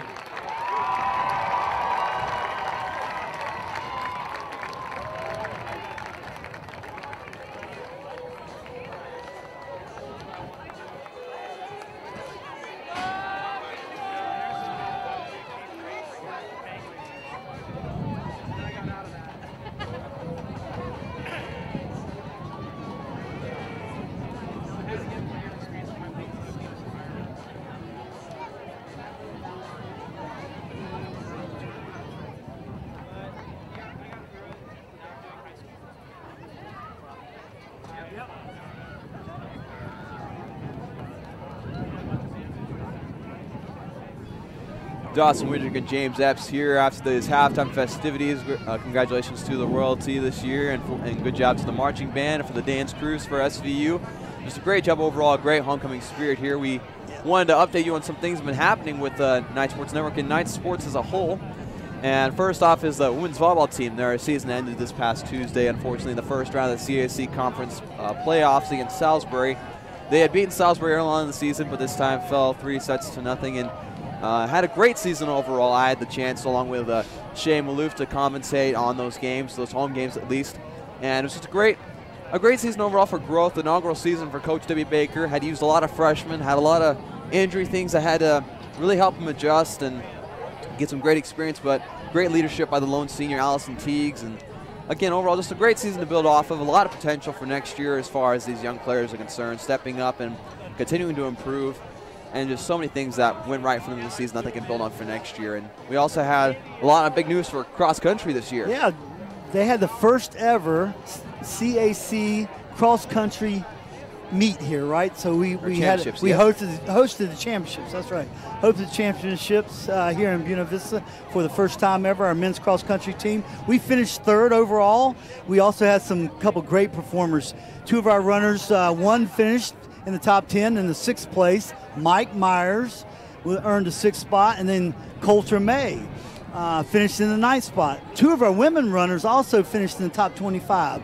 Jill Westman finished in 16th, and then Jessica Simpson at 22nd. So congratulations to the men's and the women's cross-country team and Coach May for a successful season, and we appreciate Coach May and all he put in to helping our young men and young women develop and perform so well. And it's great to have hosted the first ever for us in Buena Vista the conference championships. Yeah, so there's some great stuff happening for the Knights sports here, and here in a couple weeks we'll start some basketball seasons coming up. But for right now, let's talk about some football, right? The reason we're here in that first half between the Pioneers and the Knights, and we talk about, again, it's such a defensive struggle. The score right now being 3-0 in favor of the Pioneers, and the Knights receive the kickoff in the second half.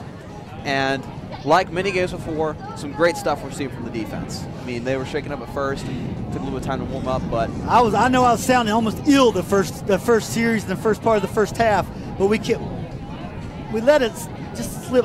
We adjusted. We were trying to adjust our defense a little different than we normally do. We were going a little more speed. We were going a little bit more trying to prepare for the pass, because that's what WM Paterson has been successful. We're not the PA, sir. Yeah, how you doing? Good to see you. They're inside. Keep going. Sorry, you tell we do this broadcast outside. We keep it all friendly and homebound. We got some parents and family, and I even ran off the president of the university off behind us, so I'm probably in trouble. Yeah, I'm probably in big trouble there. But anyway, we have a lot of good time while we're here. But let's talk about it. So we adjusted quickly, though. We got smacked in the mouth, and the worst that happened was 3 points. And then the defense adjusted. I'm just looking. We allowed, we only had, well, we've got to pick it up. We only had 5 passing yards, and they had 132, which once we played the entire half, the numbers swung around to what you expect. Now, they did have more rushing yards than I would have expected, 67. And we started getting that better under control the second quarter, and I feel like we'll have it pretty well buttoned up the whole second half. And we absolutely cannot let them run, for heaven's sake. And the passing, I feel like we've got better. Our coverages are tighter. Their quarterback's struggling with accuracy. Some of that's we're getting a little bit more pressure on him. But the longer he stays in the pocket, it takes a traditional 4, 5, 6 step drop. We'll be okay. I know we're going to get to him. And with that, thanks so much, James. We're going to toss down to our sideline reporter, Sam Tedderton, talking about halftime in the locker room for the Knights. What do you got for us, Sam? Hey, guys, just like you were talking about, a disaster of a first half, but it only ended up in 3 points for WM Paterson. The coaches so far, they're pleased with the defense. They're not pleased with the amount of yardage, but they're pleased with the fact that they're a bend, not break at this point. They had a great stop right there in the last seconds of the first half where WM Paterson, they just got 3 points out of it. The whole key to being in the game, they believe they should be up at least 14-3 because of the 2 turnovers. It's been a sloppy game on both sides, but these turnovers have really put WM Paterson in a good spot to strike and score. But thanks to the defense, we've just held them. The key for the Knights right now is to stop giving them chances in the red zone, stop giving them chances on their side of the 50, push them back, gain some offensive momentum, put some points on the board, and just continue to bend, not break. And the coaches are hoping to come out in the second half with much more success. Back to you guys. Thank you so much, Sam. Yeah, it's definitely one thing that the Knights really have to focus on today is, like you said, bend, not break. And we're talking about giving the Pioneers too many chances. You look at time of possession for the Pioneers. They have a total of 9 more minutes of time possession than the Knights do. And it's due to a lot of the chances that the Knights are giving them as far as turnovers and things are concerned. It's really hard to take a lead in a game and win a game when you have stuff like that happening. But, of course, the adjustments at halftime will hopefully make the difference. It's never a good time to have a turnover, interception, or a fumble. But some are worse than others, just like some penalties are more costly than others. We had a couple really devastating fumbles. We really did. We defense went out and turned them over. We got the ball. We're running it back. Fumble. Boom. Gives them incredible. Thankfully, it didn't cost any points, but incredible field position for WM Paterson. So it does make a big difference where you fumble. It does make a difference sometimes where the pass interception is. It does make a difference when you have a penalty where we get a big fumble recovery, and we come out and make a pretty bonehead play by getting unsportsmanlike conduct and back us up 15 more yards with an offense that's already struggling, right? So we're all in this game. We can win this game. We're going to win this game. But, excuse me, we need to eliminate a couple of the bonehead plays, keep the ball, make sure we don't put it on the turf, and off we go. And we're going to start right now. As the Knights receive the second half kickoff, that's William Ortle Jr. kicking it off. The Knights receive it and taking it out. They're at their own 30 right now, and they're going to get out to their own 32 and start off this possession. And one big thing that really led to the momentum that the Knights had in the locker room was that fourth down stop as the seconds on the clock winded down in the halftime when the Pioneers went for it on fourth down in the red zone, because they knew they weren't going to get many chances in the red zone, and they had a chance to take a 10-point lead, but the Knights stood firm and really showed what they're made of defensively like they have all year. Thankfully, it wasn't even close. I mean, they got penetration. They popped them right at, they've been back a yard deep in the end zone, and we stopped them, and we should be fired up. If there's a team that ever should be fired up after the end of the half, we should be fired up. So Jones hands it off to Akiva Wedge, who only gets about a 1-yard gain here. He had 52 yards rushing in the first half. Still on track for his yard average with 84 yards per game. But again, it's been tough for him today. Tough sledding right now. He's had a few holes, but we talked about it earlier. We still need to do that little, either a little flare pass, a little something. We got to mix it up so they don't stack up 8 or 9 guys on Akiva in the middle. Right. Johnson, so he's going to do it right there. There it is. Far side. He's got a man open who gets about 6 yards, make it about 3rd and 2. Now, if we could do that a couple times successfully on this series, you'll see the lanes open up for Akiva. And we got to have that blend. Good play, quick hit, keep it simple, but move the chains. That was Adam Davis with the reception. Actually, no, excuse me, he's coming in here. That should have been, yeah, number 9, Josh Newman, excuse me. The junior from Haymarket, Virginia, making that reception. He's been the leading receiver for the Knights so far this year. Oh, yeah, he's been money for us when we have thrown the ball to him. Johnson in the backfield. Hands it off to Akiva, who's got enough room for, or enough yardage for the first down at their own 43-yard line, it looks like. We don't do anything easy. Even when we make a first down, right, we barely make it by a yard or something, but way to go, Akiva. I just see, Ethan coming back in, Ethan Workman. Want him to get back in, get his confidence back up. He had a couple good runs, but he put the ball on the ground. Right. So now he's just hopefully hold on tighter than ever and won't do it this half and get a good run here. Exactly, Workman. We are at almost getting close to midfield. He's got so much power as Johnson takes himself. And he stiff arms a man to the ground, and he's got some space past the 50, and all the way to the Pioneers' 41-yard line. He threw a man to the ground in the backfield. Man, I was afraid he's going to get him in the backfield. Great move, but that's a receiver mentality, running after the catch. Right. So what was beautiful about that, what did he do? He didn't put his head down and go in and get tackled. He ran out of bounds after he got his yards. Exactly. That's one thing you've been preaching like crazy, especially with Tate Briggs, who's such a tough runner and had the unfortunate injury just a couple weeks ago. But wonderful heads-up play. That's exciting. Got the ball again. He's going to cut it upfield. He's got some room. He's got the first down all the way down at the Pioneers' 26-yard line. He went down a little awkwardly. He did, but he popped back up. But did you see? But that's because he's planning. See, this is all part of strategy. He's smart enough to know to go down. Right. Sorry. There's a Pioneer down on the field. There is. We'll have to wait and hope he's okay. But what a great play. He's getting yards and then getting down or getting out of bounds, which we desperately need him to stay on the field. And now we're in Pioneer territory here as the Knights are driving. Oh, man, this is exciting. This is what it's all about. All right, man's hopping up for William Paterson. I think he's okay, number 18. That's number 18, Rakeem Bennett. Oh, yeah, he's walking off. He is their punt returner as well. He's made some big plays for the Pioneers so far today. Well, so he looks good walking off, so hopefully we'll see him back in the game shortly.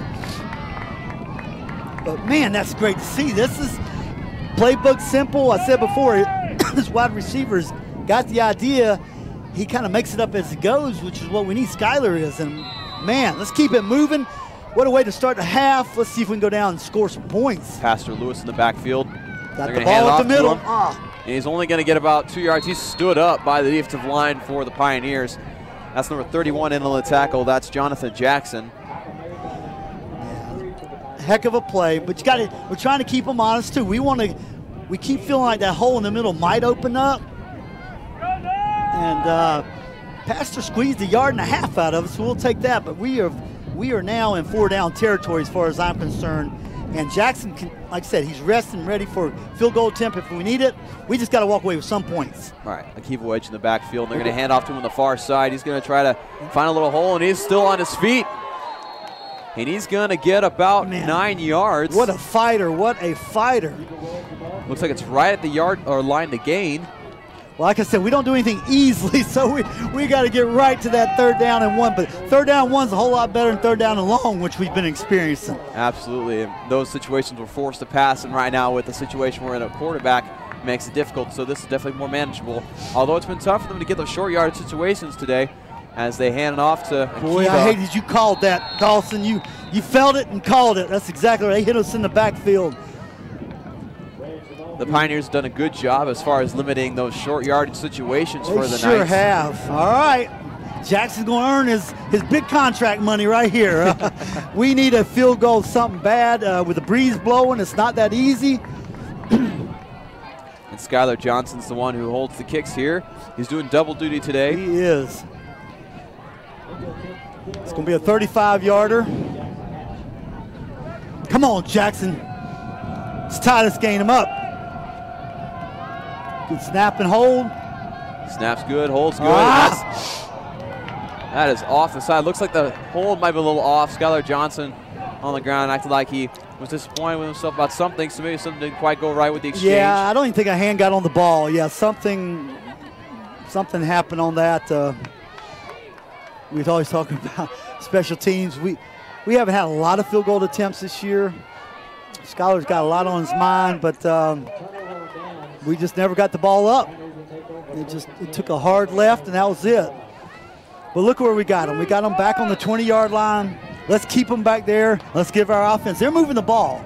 We just give them another chance. It's got our defense to hold. Kinchin in the backfield here. He's going to hand off to Marcel Minson, who's got some space on the near side. And he's going to get, I believe, about 3 or 4 yards on that carry. That young man is quick. We don't want to let him get loose. We don't want him to get too much. That man can move. He's had some great plays for the Pioneers so far today. Going up the middle, has some open spaces as the Knights, again, like you said, have been trying to go for a more faster group instead of plugging up the middle. That was well defended because he had a good blocker out there, and we did well just to keep it down to 3 yards. They can hand off in the middle again, and he's going to be dropped after about 2 yards, make it 3rd and 4. Time for us to bow up, get strong, be fired up and concentrate. Everybody, all 11 men right now on defense, get the read, get the call for the defense, and do your job. And do not let them out of this hole. Do not let them out of this hole. And the name we haven't said in a while is Raquan Bridgman, the main wide receiver for the Pioneers. He hasn't been targeted in about 1.5 quarters, I feel like. I think they might want to try to go back to him as he was the main success part of their Got to put some heat. drive. Right now we're only rushing 4. Intercepted by the Knights. Intercepted! What a great defensive play. That is number 32. That's our man, my young Peyton freshman. Madsen. Way to go, buddy. What a break on the ball. There you go. That's exactly what I was going to say. It wasn't just a bad throw. It was a great break, great defense. They know they were coming for that slant because that's burned us so many times. That's what our defense needed. We said defense has got to give us the greatest chance to win the game. Now, I think our offense honestly is feeling a little confident here. We moved the ball last time. We have such few yards to go. I think we can do it. We'll move the ball, get a touchdown, take the lead, and put it back in our defensive hand. Great play, great interception. And the reason that was intercepted, like we said, was a great break in the ball, but it was also a little behind the receiver, which is it's been behind the receiver all game for the Pioneers. And so he was reaching back, but our guy, then Peyton jumped. Man, that was good though. He jumped right in the middle. That's a 4-yard gain for the Knights. 2 interceptions for the day. We were talking about that earlier. The passing game, we were going to have to create some turnovers through the interception. Because overall, they're not going to run the ball a ton. Right. They run more than we thought, but still passing is the way they're going to score. Yeah, it'll be 2nd and 5 here for the Knights. Line with the pistol, handed off to Akiva up the middle. He's going to jump to the outside, get about 2 or 3 more yards, make it 3rd and 2. For another 3, I think, yeah. You know that Akiva Wedge wants this game so bad. Gosh, he does. So many of these guys. we'll do it. We do it every time we're on the broadcast, but I'll tell you again, my hat's off to the entire team. We're talking about most of the starters, guys getting to play in time, but they all see all these guys down here on the sideline right now. They are pulling hard. Everybody works hard all week during practice. We, as a team, they will earn this victory. And he's going to fake the handoff. Scott Johnson's going to take it himself. He's going to get the first down and a little bit, he's actually going to get a little horse collar penalty, I believe. Or spearing, or helmet-to-helmet contact possibly, right. Targeting. That was Rakeem Bennett going in on that tackle late. And I don't think it wasn't a cheap play at all. It's just our quarterback, he's starting to go down. He don't want to get clocked, right? I don't even know if they could even pick up the flag, because I don't know. The only thing I would do is do a horse collar, like you said. I don't think it was targeting. I don't think it clearly was not a bad play on the defensive part, but just kind of had a crazy collision because of him, our quarterback Skyler, going down like we know we need him to. Let's see what they come up with. And it's so hard for defenders nowadays because there's so much momentum that you go into hitting a player, especially a quarterback, and if they go down. You see their coach pleading the case. I understand. Like I said, that was not an intentionally dirty play or anything of a kind. It was, in fact, it was a really good play. But hear from the referee now. Yeah. What'd I tell you? Yep. Yeah, there you go. So that's I think that's the right call. Right. They pull the flag up. Our guy Skyler's dropping down quickly, and it just that's.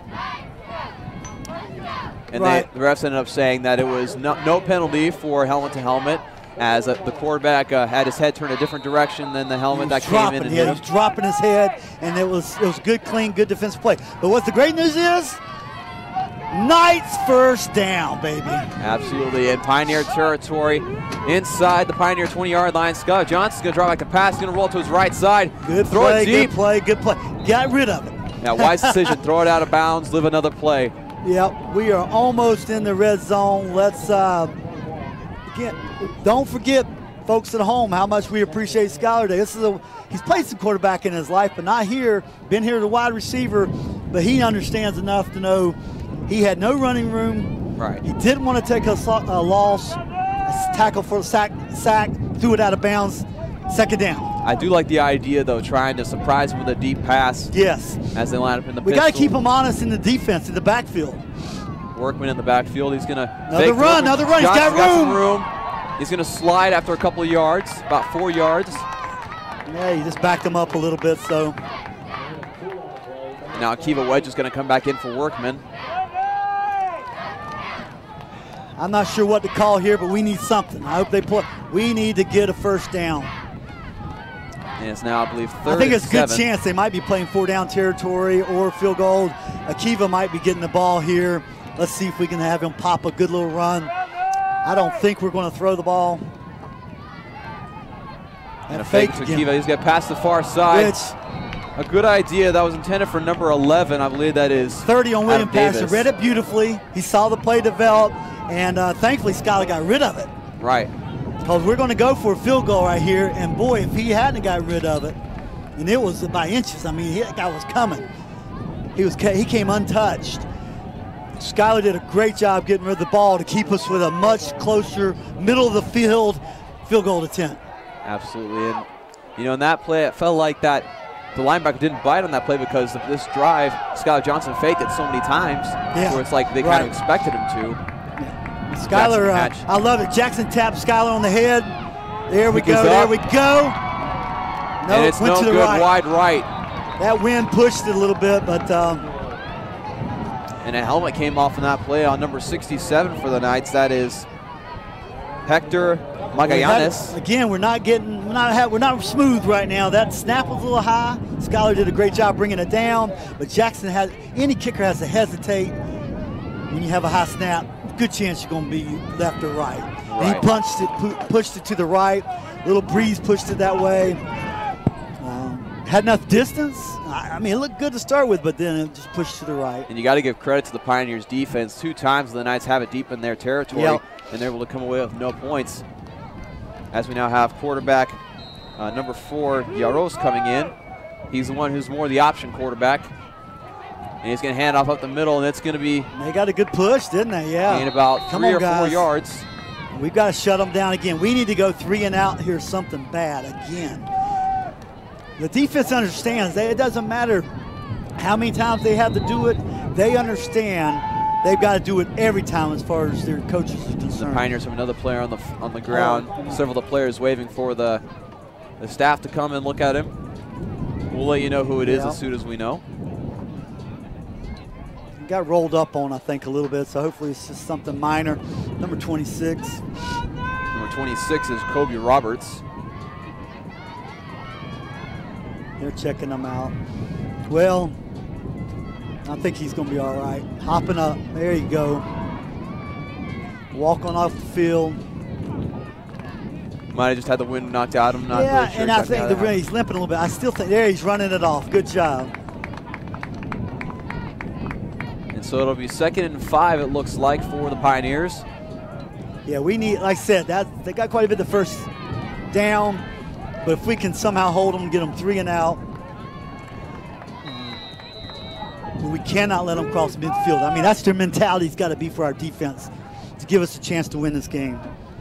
Yaros sliding up a shotgun, got Marcel on the side. Hands it off to Marcel. Oh, great pursuit. Behind the line of scrimmage. That is number 6. That's Albert Green. Dallin Green busted through there early, though, to send him, made him sidestep. That gave Albert a shot at him. All right, here we go. That was perfect. Backed him up 2 yards, 3rd and long. This is the money ball, right? Money down right here. 3rd and 7. They're going to keep Yaros in the game instead of Kinchin, who usually comes in on passing situations. Yeah, that's interesting. They're taking a lot of time to get themselves organized here. I think they're a little confused. 4 seconds left on the play Hopefully clock. we'll take advantage of it. Ball off. He's throwing the ball. He's going to take off. He's going to get sacked in the back. Oh, no, he's going to escape. They had to go to get him sometime. There you go. And they finally get him down. That's number 28 for the Knights. That is, let's see who that is. That is Malachi Fotu. Beautiful. Come on, boys, get off there. You made a great play. Good job. Johnny Blackman's in the middle. Listen, that quarterback's smart. This is what helps. It helps that we've had 2 interceptions. Right. You see how he thought about throwing it right that last second. And we had it in his eyes, I think, and it was true. Saw nothing but white. Exactly. And then he tucked it and wrote. Now, this is what we talking about all game. We wanted. Get it deep in their own territory, even if they get the punt off. If we can field it on the 40, run it 10 yards to get midfield, great position for our offense. Wardle Jr. will be punting it away for the Pioneers. Oh, high snap. They got trouble. And he's going to barely get it off to the side. In my opinion, a smart play as he had number 8 for the Knights coming right in at him. That was Simi Mwala. I think Simi was being so careful to not get a roughing the punter. Actually, that was Josh Newman, number 9. Was it Josh? He was being so careful not to get a roughing the punter that it's a safe play for us, that he didn't try to go for the glory play. Right. Because that punter struggled. But that punter did a great job just to get it off at all. But great job, 3 and out on the defense. Special teams had it covered well, took advantage of the high snap. And I've been watching. I try not to bring it out too often, but that long snapper's struggling for them right now. He really is. I've seen him slow, I've seen him high, I've seen him low. We got to keep making them punt. Something good's going to happen like it is right now. Come on, offense. Lining up under center, they got to keep a wedge in the backfield. I do know this, Dawson. We got a timeout call. Good decision. He's confused by what we have. Here's the bottom line. We can't win a stinking game with 0 points. I know that. That is true. Right now, we can't win with a safety with 2 points. So we need 2 field goals, or we need a touchdown, even if we hold them out to no more points the rest of the game. So our offense has got to do it right here. Our defense is starting to give them really good field position. Strategy Coach Ed had from the beginning of this game is working. Right. Our defense has gotten stronger and stronger and pinning them further and further back, and we're giving our offense some great field position. This is where our line is plenty good enough.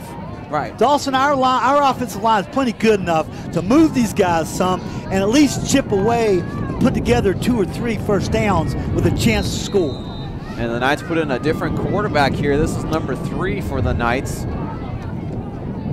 Yeah, that's our Akiva Wedge got some room. He's got some space. Baby. He's got a blocker down the field. Hold that ball. All There the you way go. to the 19-yard line of the Pioneers. We What were a due. run. We were due an Akiva run. So that's who we talk about, our second string quarterback, who's really about our 8th string quarterback for the beginning of the year. That's Tyler, right? That's Tyler, number 3 now. He switched jerseys, so I'm having to look him up. But we had him, Tyler Callens, number 3. Another freshman, of course. Everybody, we got some freshmen almost going in. Yeah, very young team here for the Knights. Tyler Callens offering some fresh life for the Knights as he's lining up under center again with Workman in the backfield. We just need to score by running the ball.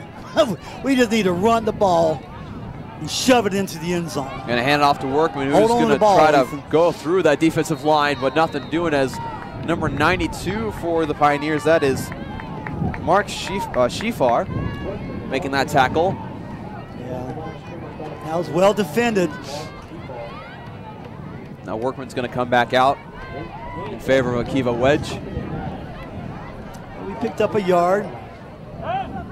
And this is, in the past few possessions, this is where the Knights have kind of stalled, so they have to find a way to get out of that rut in this part of the field. We talked about it earlier. So now it's the advantage. William Paterson defense gets to condense itself, makes it tougher to move the ball.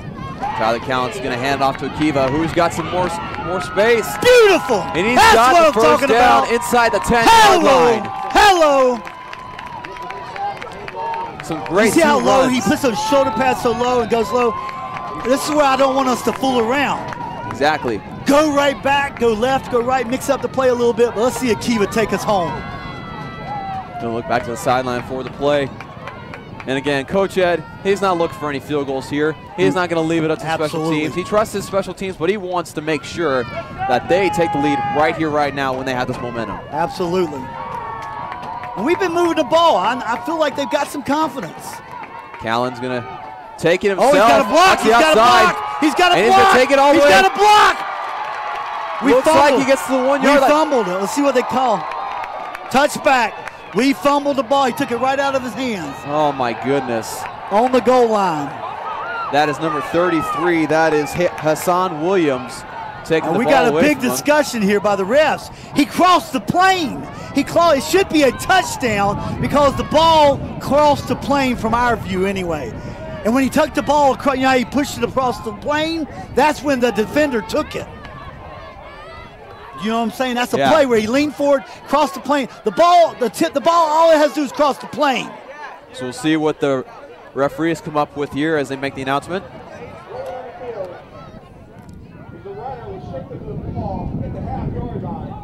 You kidding me?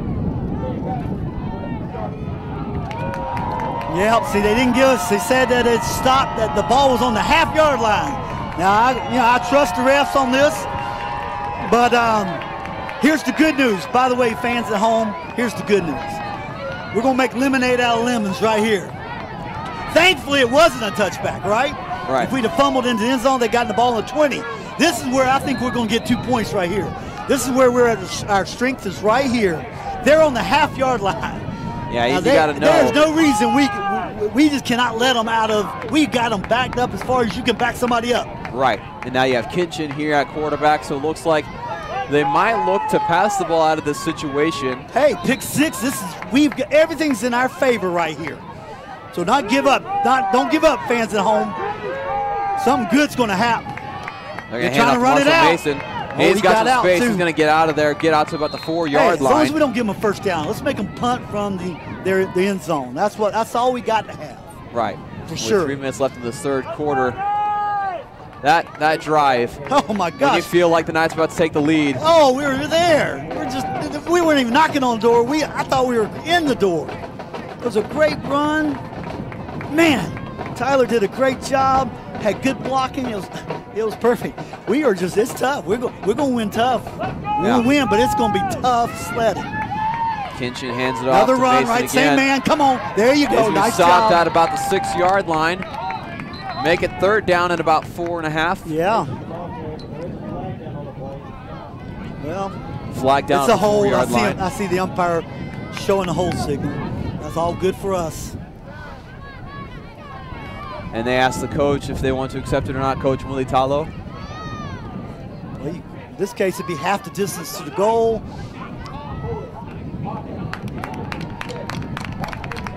Yeah, you should take it, and they did take it. Now 2nd down and 9 for the Pioneers.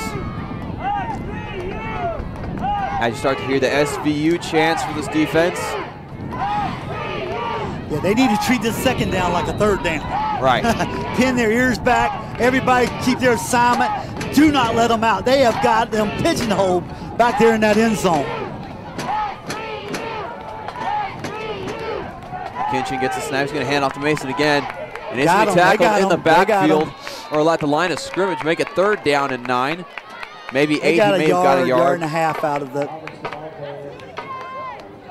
Now, it's like anything else you do, but especially in this situation. Each player of the 11 men out there, they've got to have their focus, just laser focus, do their job, do what they practice week in, week out, and do not let them pull a rabbit out of the hat here. This is now 3rd and 7 for the Pioneers. Kinchin in the backfield with Mason to his side. He's going to drop back to pass. Throw the ball. He's going to throw the ball. And that's going to be too far, I believe. They're going to give it to him. They're giving it to him. He danced those feet beautifully. That's the stuff that makes me want to scream. It's hard when I'm having to announce these games because I want to just flat out holler. Yeah, Kyle Fanning making that reception for the Pioneers. Gosh almighty, we let them off the hook. Come on. But our defense has been delivering all day. We're going to be all right. I just say we had them there. You know, Right. Their snapper's been struggling. You want to make them punt from the end zone when their snapper's struggling. So we gave them a little break here, but let's crush it right now. Let's turn them over, do something good here. And now the offense is operating at a higher level. Besides that fumble in that last possession, you can expect that if the defense, they will turn it over here or make the punt, that they will take it back with a vengeance all the way to the end zone, hopefully, for the Knights. Yeah, that's a good little play. They picked up 4.5 yards. As we have just about a minute left of this 3rd quarter. Yeah, that's the other thing. We need to put the points on the board because time is actually going to come and bite us in the backside if we don't do something here soon. 2nd and 5.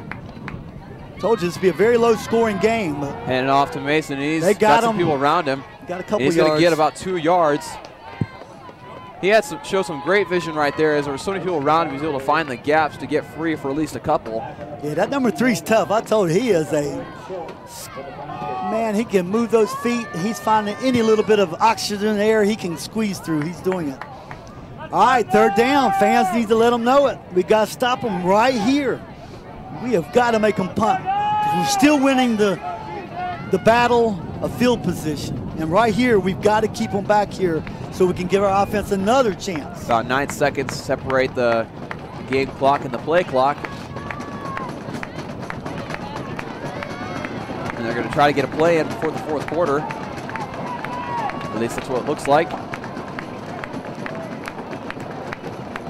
With 8 seconds left in the 3rd quarter, I believe they might just actually wind it down. Yeah, they're going to play for the next quarter. They're going to move to this end of the field. Well, heck of a quarter for our defense. Our offense done better than they've done in so many ways, but we're still 3-0. Right, you have to get those points on the board. There's no question. You have to get your offense rolling or make something happen. And defense to the defense, like we've said, they've done everything they've had to do.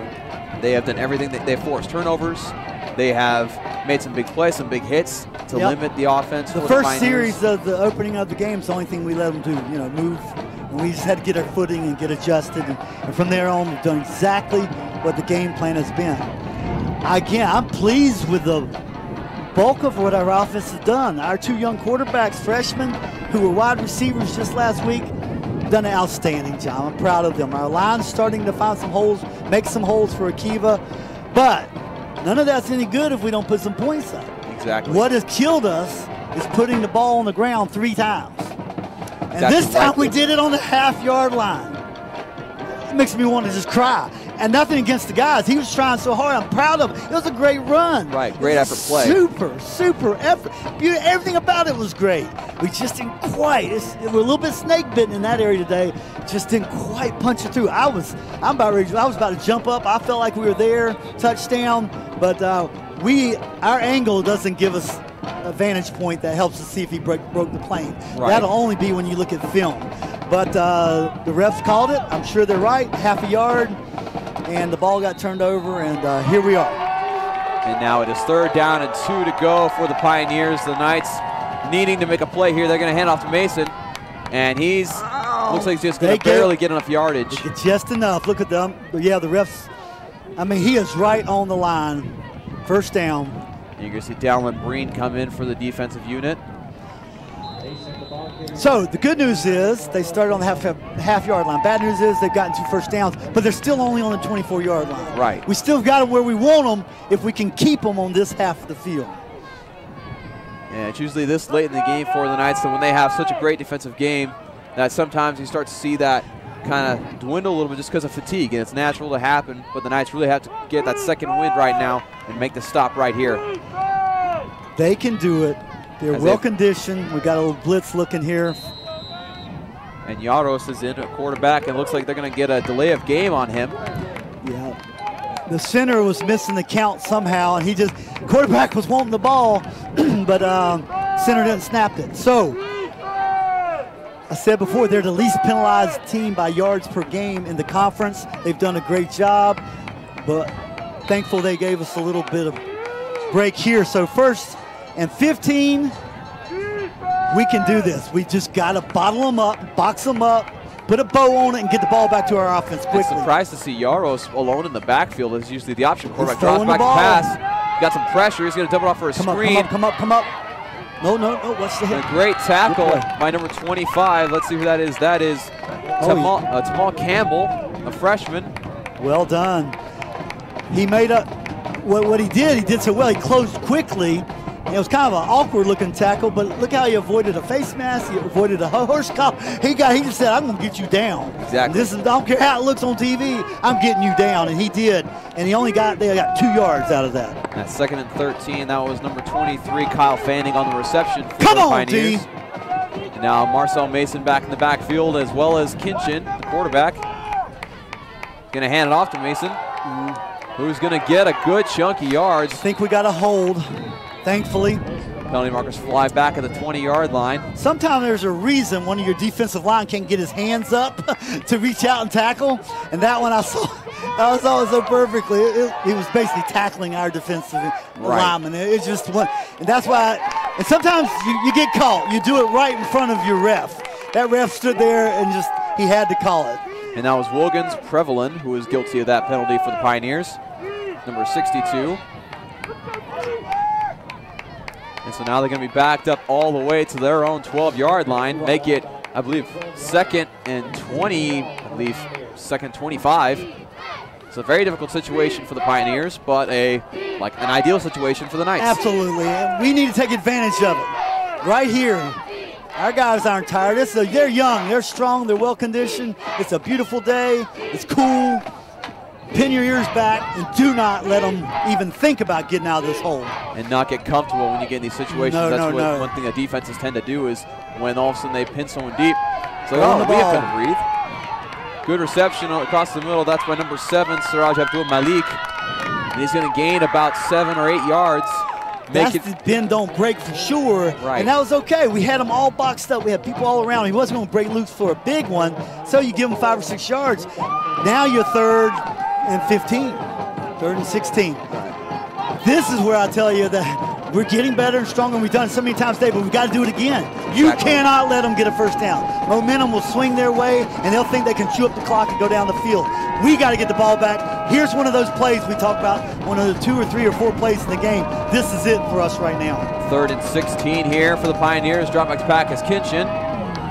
Throws it to number 23. Beautiful. Kyle Fanning not able to get past the original line of scrimmage very far. Way to go, D! That's what we need. Exactly what we needed. That was the play I told you. That's one of those critical plays.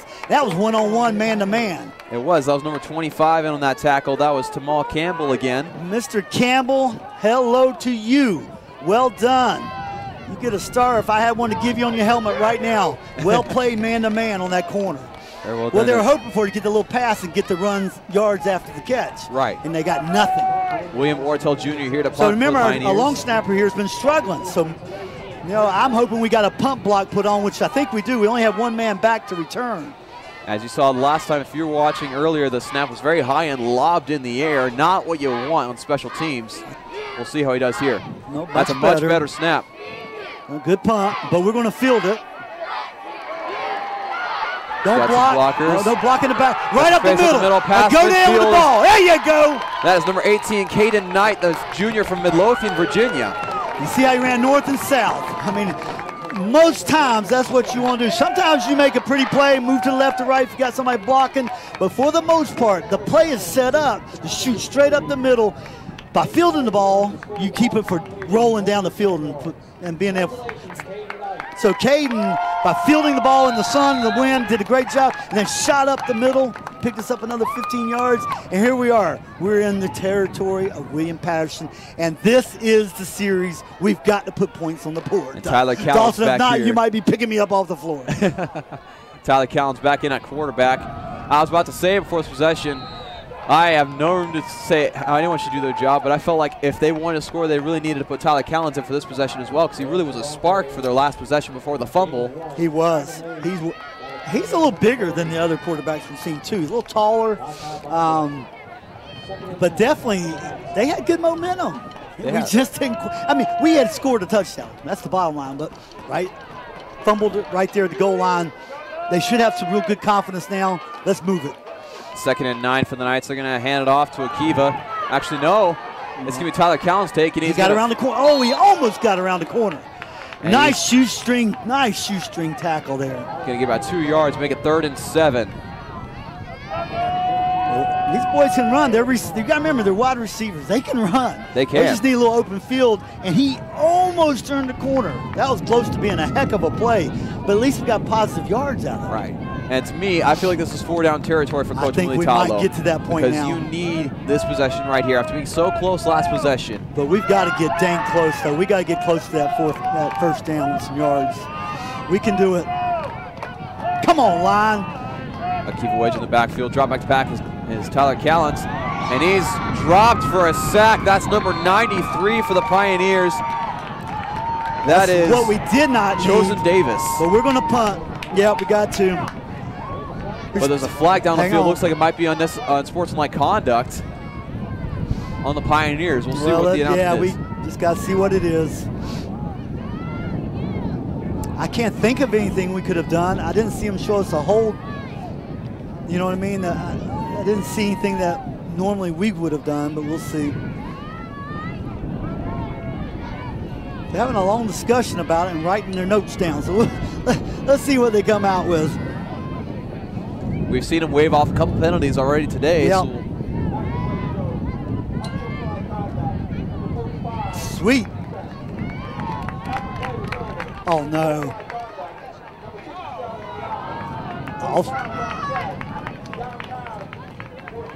Offsetting penalties. 12. Yeah, they both get a warning. No harm, no foul in terms of either team. But Jackson Hatch will be out to punt, and I wouldn't be surprised to see a fake punt here. Yeah, he's got a long ways to go. Is the only problem. That is the only problem. That. Now, I've watched their defense. You know, he can't sneak up on as many people he did earlier in the year. They've been having 3 or 4 spies that have been staying there watching them. So I feel like he'll be punting unless something highly unusual happens. Again, it's all about getting them back here, pinning them again. Oh, see, very high, terrible, short punt. Yeah, catch it. Yeah, we might as well go for it on that kind of situation. Well, what happened was, you know, he leaks to the right on that kind of rugby-style football punt.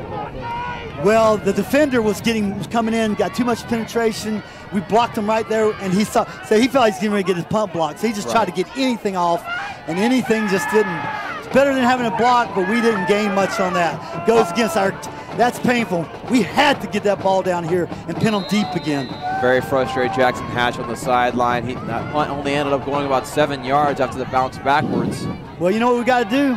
Not only stop them, we got to turn them over. It's time for us to cause a fumble or something. Mason gets a handoff, only about 1 yard gain. Good defense, or run defense by the Knights.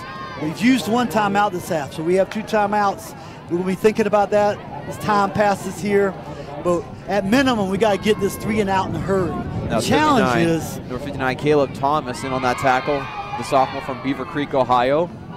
even 3 and out, if they get a good punt, we're going to have to cover some yards to go down here and score a touchdown. Exactly. You need a couple of those great runs. runs. But we got to at least do 3 and out right here. Right. Stop them. Turnover would be the most perfect scenario, but we got to at least go 3 and out and stop it. Kinchin drops back There's pass. some pressure. Screen Step set up right there. Right there. Great tackle in the backfield. Now see who that was that initially got to him. That was Leka. Yeah, way to go, Leka Padaka. There we go. Backed him up. That's even better. And that's a loss of about, I believe, 6 yards on the play. Or before I absolutely brag totally on this defense, they need to make this play. So you lost of 4. Make another play here. Make them punt. Back them up is even better. Turn them over. But no matter what, no first downs. The game is hinging on this. We have a chance to win this game, but we've got to get the ball back. And I mean now. Now defense have 4 men on the line of scrimmage here. They got 2 linebackers in the box. Leka is one of them who just made that play. Pressure. There's some pressure. Oh, great good play. Beautiful. Defended pass. That was number 28 getting in on that. That was, that was Malachi Fotu. Malachi was like peanut butter and jelly. There's no separation there, man. They were just, he stayed on them and didn't get a flag. It's perfect timing. Great receiver, just had great hands. I mean, good gosh, he brought the ball in even while Malachi was pulling them apart. Right. But did you see where did the play end up? No yards. 1 yard gain, 2 yards gain. It was a screen with a hope for run. We got a man down. We'll wait to get the number. We'll be making sure WM Paterson man's all right. But that was that's what we had to have. Right, and you saw number 50 coming on the edge. That was Jared Banks coming and applying pressure to Cornelius Kinchin, who in fact is the one on the ground. So it looks like he got to him and laid a good hit to him. Yeah, let's make sure he gets up. I think he's going to need a little bit of, he's coming around now. Number 17, there he goes. Almost moving his arm like his shoulder a little bit, but and you see looking good now. He's picking up pace as he's walking off. Yep. We want everybody to leave here as healthy as possible today, no injuries, so that's good to see. I thought about it too a minute ago. The refs have really called a really good game. They've allowed both teams to play. They really have. We've had a couple games where we're going, whoa, I mean, it's yellow laundry everywhere in the game. These refs have done an excellent job letting these boys play and have a good time. And now's the time. Punt, snap. Yeah. We got to get this ball as close to midfield as we can. Really do. And 7:40 to go. We're going to do it. It's time to put a touchdown up on that. Caden Knight back to return. Not any pressure from the punter. Set up for great deep punt. Go ball, go ball, go all the way to the end zone, touchback. Very close as number 24 was in pursuit of that Jordan Hovington. By far, that's the best punt of that young man's day. He boomed that punt. He really did. Great decision that we didn't try to field it this time. Live by the rule. Inside 10, let it go. And thankfully, it went on in. So at least we're on the 20-yard line. Now, normally, I might be not so worried. But we got 80 yards to go, and so far, that's been a challenge for us. So we've got to figure it out. We got to figure it out on this series, how to go 80 yards, score a touchdown, and put this game on ice.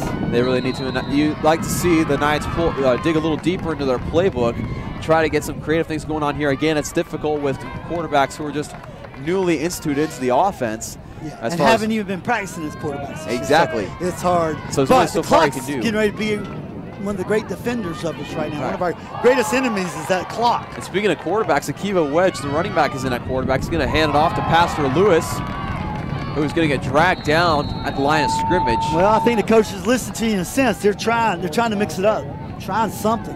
All right. And we've talked about Akiva taking that wildcat type offense setup where he does take the snap, and I like the idea. I think we're going to do it again. We're going to keep him in there. In fact, last home game we had here against Salisbury, we saw him take some snaps at quarterback and throw some passes. Yeah. And he was throwing pretty accurately. Let's see if they actually try to do that here with him. Take it up the middle himself, and he's got some room. Go, baby, go, baby. Keep go all the way to the 50-yard line. Baby! What a burst by Akiva Wedge. I like the play call. I understand why they're doing that. What it does, he's got to come take a breather. Tyler Callan's coming back out. But what that allowed that sprint out to the side by Pastor, it pulled those linebackers. You know, they spread everything out, the whole line. They have receiver on that side, spread it out, which created a hole, and Akiva busted through that and gave us a great game, which we desperately needed. And Ethan Workman in the backfield for the Knights now. Now we've got to hold on to that ball for all she's worth. Got 5 seconds left on the play clock, and they're going to hand it off to Workman. There it is, there it is. Hold on to that ball, Ethan. Great run. Great 7-8-yard gain for Workman. He took a shot there and held on to the ball. He really did. And he's such a powerful, he's a shorter guy, but he's got some mass to him, and he's this very powerful runner, able to get really low center of gravity. Yeah, what you're seeing, we're going to run this ball. That's what we're going to do. We got 6 minutes. We got plenty of time, but we're going to run this ball all the way to the end zone. I don't think you're going to see a pass. You might see a little one, but I think we're going to give it a shot. Just keep running the ball. Trying to get him on the hard count. They got us on that one. Workman is tackled to the ground. That's number 30 for the Pioneers, Mopke Boswell. Now we need to show a little urgency, though. That we do need to get, we don't want to be too rushed, but we need to show urgency. We need to feel that urgency. Don't use up a lot of the clock in between. Get the play call. The coaches have got to go into hyper speed here and get our play a little quicker than this. We need more reps, right? We need more reps because throwing the ball, you can stop the clock a lot more. Catch it, go out of bounds, incomplete pass, stops it. But that's not our game. Right. So we've got to get this. We need to get this a little bit quicker. Not a 2-minute offense, a little bit quicker. Akiva wedge in the backfield as Tyler Callan throws out to the right side to pass. He's got some pressure. He's going to be sacked again. The ball comes out, and the Pioneers are going to get on top of it. A great defensive play for the Pioneers as it's now on SVU's 44-yard line. That's a painful thing to see. He's trying. He's fighting. Lack of experience. He's sitting that ball. He's holding that ball out like fresh bread sitting there. We just can't do that. You've got to tuck it and go down if it's going to happen. Right. But again, we got wide receivers playing quarterback. I appreciate their gamesmanship, but that is a absolute backbreaker. Yeah. I'm not saying we can't do so. We can still pull it. We're only down 3-0. Anything can happen. Exactly. Last play of the game, anything can happen. But my gosh, man, that's our defense.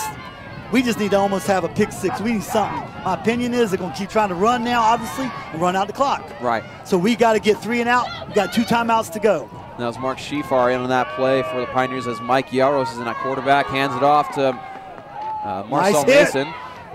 Stopped the line of scrimmage by basically the entire defensive line. We got the ball, guys. We got the ball. They stripped the football. We got the ball. Let's see what the ref says. Neil Davis is convinced that they have the ball. But the ref has not said.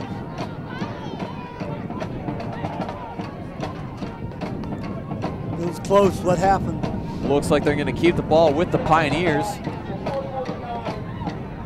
That was close. He probably was down.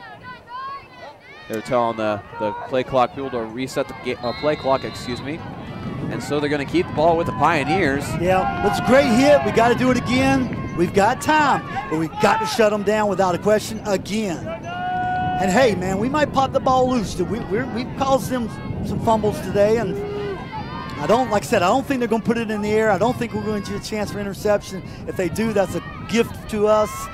We're going to have to pop them on the ground. Obviously, they're going to run the play clock down, eat up the clock as we go. You see Leica creeping up on the line a little bit, showing blitz and backing off a little bit. Yeah, we've got the tee off on them right here. We're going to hand it off to Marcel Mason, who's got the space on the outside. Nice hit, nice hit. A good hit by number 23. That is Brandon Austin. So the benefit to us, what happened? We got him out of bounds, thankfully. Stops the clock. That is huge for us. That's a big mistake on his part, the running back. You should run out of bounds. No, they're saying we called a timeout. I thought he was out of bounds and they stopped the clock. We've called a timeout to stop the clock. And to get our third down play. One timeout left for the Knights. And so at this point, with 4 minutes left, like you said, still plenty of time for things to happen. Still plenty of time to force a turnover, which the Knights almost did on the first play of the Pioneers' possession. Popped them beautifully. Our guys thought we had it, but apparently maybe his knee was already down for the ball pop loose. None of the referees, the umpire, he didn't. They talked to him real quick and they put it to rest quickly. So I don't think it was a question for them. Absolutely, and it looked like it was just one of those plays the ref just couldn't quite see what happened, so they can't really call something they can't see. We talked about we're not doing anything easy. Right. There's nothing coming easy. This victory will not come easy today, but we're down to one of those plays again. 3rd and 7. It's got to happen now. We got to get the ball back in our hands. 3.5 minutes to go, and go do what we've been trying to do all game, and those score some points. And at the minimum, get a field goal, tie the game, get into overtime. Right. Absolutely is. Now they lined up being 3rd and 7 here Come for on, the boys. Pioneers. In Knights territory at the 42-yard line.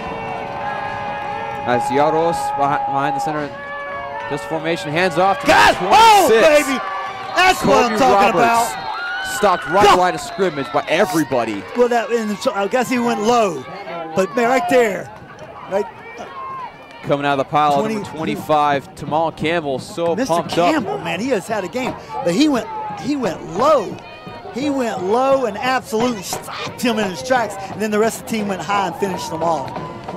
A great job as they reset the game clock to 3 minutes and 55 seconds instead of 3 minutes and 53. I'm going to tell you right now, don't even ask me for a player of the game at the end of this, because let me tell you, it's going to be the whole defensive team. That's the only reason we have a chance, is because our defense, after that first little slip up and 3 points that we gave away, they have flat delivered every time. They really have. They've done so well, and that's, again, the story of the year for the Knights. The defense just doing so well compared to years past. And again, that started when Coach Militalo came to SVU. He's a very defensive-minded guy. And again, of course, hoping to build on the offensive unit, because you got to have an offense that complements your defense. That's the only way it really works. It's how winning is done. And so the Knights trying to work on that within the last under 4 minutes of the game, being down 3-0. And we'll get there. I know we'll get there. We'll get healthy again, and by next year we'll be that much better. But right now we're here. Right. We need at least 3 points. And you get this thing in overtime, I think we'll win the game for sure. But we got to have at least 3 points.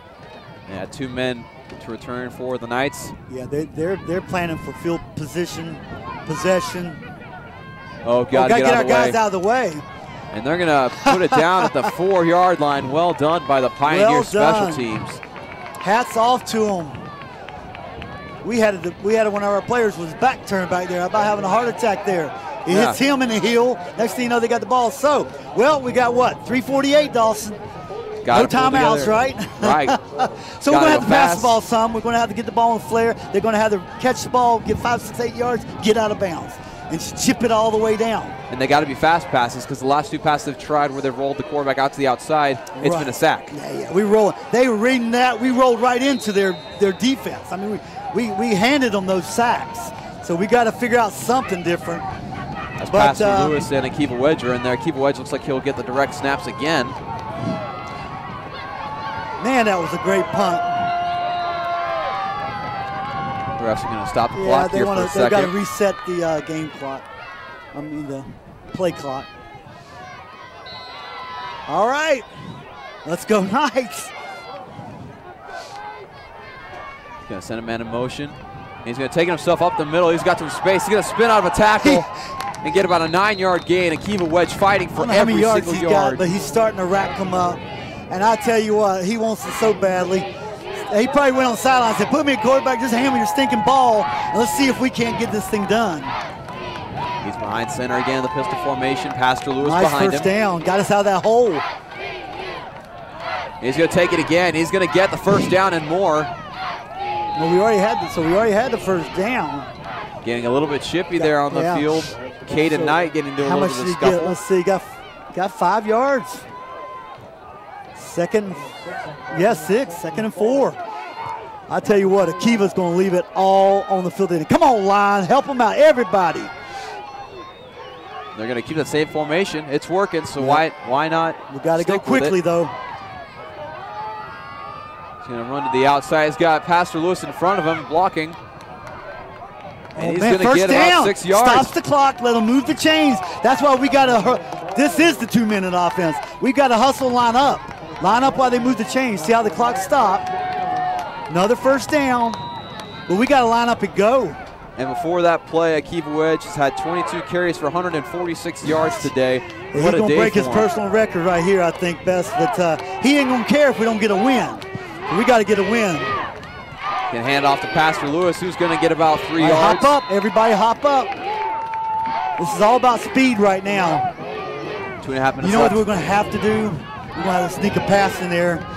We're going to sneak that one of those quarterbacks there, Akiva, somebody going to have a fake a dive to the middle for Pastor or Ethan, and Akiva might have to throw one downfield a little bit. He might have to. We're running out of time. We got too many yards to go. Akiva's going to keep it up the middle. He's going to get some space. He's Go, getting baby. some Go, space now, baby. blocker. Keep going. Keep going. Crutchfield, he's Keep got going, people in baby. front of him. Keep running. All the way into Pioneer Go, territory. baby, Inside go. the 40. Come With on. 2 minutes left. The Knights are driving. I think he might be a little hurt, which stops the clock, by the way. Akiva's down. But I tell you what, he could have 200 yards if he finishes this game. He Come on, has Akiva. been so Get up. helpful for the Knights today. Well, And he's getting it's almost like he put the entire offense on his back and said, we are not going to lose this game. right. As you saw him pull every single move that he had in his arsenal out on that play. He is stiff arming, he's spinning, he's juking, he's going low, he's going high. But he could even be cramping at this point. I mean, he has expended so much energy. Yeah, because before he this drive, runs having so hard. 146 yards. I mean, that, and even How many times do you think he's been hit? I mean, he gets hit 3 or 4 times on every run. yeah, and even when he doesn't have the ball, people think he has the ball. He's going to get hit every play, basically. He's going to get up. It's a cramp. Yep. You can tell by the way he's coming off. It's a cramp. 2 minutes to go. Akiva has given us a chance, though. As the fans here are cheering him on like crazy. He's trying to They got to get the leg back work warmed that up. cramp out. Help him out. A guy like Akiva could come back in a couple plays. You see so many players around him realizing that he is the leader of this offense, supporting him as he has this cramp. And so Tyler Counts is going to come back on the field. He wants it so badly. Come on, team. We have got to get we need another 20 yards to feel real confident with a field goal attempt. So we got to be smart. Hands off to Workman, who's going to get stuffed at the come line. On. Go down, go down, go down. Come on. This is not the time to fight, by the way. You drop down, go. You're swallowed up. Right. Hop up. Get a snap. We're going to have to throw the ball. We got to throw the ball. We're going to have to throw one. I think on the side somewhere to either stop the clock. I just don't think especially if Akiva's down. But we have got to get 15 more yards for a field goal Now attempt. drops back to pass. Told you. A deep shot here. Oh, yeah. And he's got the catch. And the end zone. Touchdown, Knights! Touchdown, Knights! Tyler Callan completes the 30-yard play over the end zone. Holy cow! What a diving play by number 11 for the Knights. I believe it's Adam Davis. Now, we've got flags, but that's just, we've celebrated a little too heavily. We'll get docked on the... Adam Davis with the catch of the year for the Knights. Absolutely beautiful. Oh my goodness. Actually, I believe, that wasn't Adam Davis, that was number 12. Sold it perfectly. Beautiful play, holy cow. Number 9, excuse me. Josh. We call it Josh Newman, excuse me. Josh Newman. Was Again, our top receiver. We always seem to say his name whenever it's his play. We always say it's someone else, but it is Josh Newman. Holy cow. What did I just say right before that? We said you got to throw the ball at least once. Exactly. Something's got to shake loose. We got to stop the clock, get some yards, get a first down, but we got to get closer. Because I was thinking field goal. Right. They went for it. What a pass from that wide receiver quarterback we got. Way to go, Skyler, right? Touchdown, Knights. Oh, my goodness. It's in the books. I was a little bit shook up there, not to tell too many secrets here, but that was on replay. Might look like we might touch the ground just a hair, but it's a great catch. Great catch. He sold it so perfectly. He came up with it up here. Pulled it into his body. He's an experienced receiver, and it showed right there. Oh my goodness, that's one of those plays that you see in movies where time's running out, you're down by 3, and you have a big play. And we have suffered. Remember, we have felt like, in this defense, I wanted our offense to give a gift to this defense. This defense did everything that was asked of them except for pitch a shutout. Right. I thought they might have to pitch a shutout today. It's close to it, 3 points. Now, what's interesting is, they're going for 2 here, which I don't understand at all, but looks like you're gonna Delay of game. So we've lost our head. We're not used to this position. Now, I say you should be kicking an extra point because then it takes a touchdown to win, right? So I have no idea what we're thinking here at the moment, but we're going for 2 for some reason.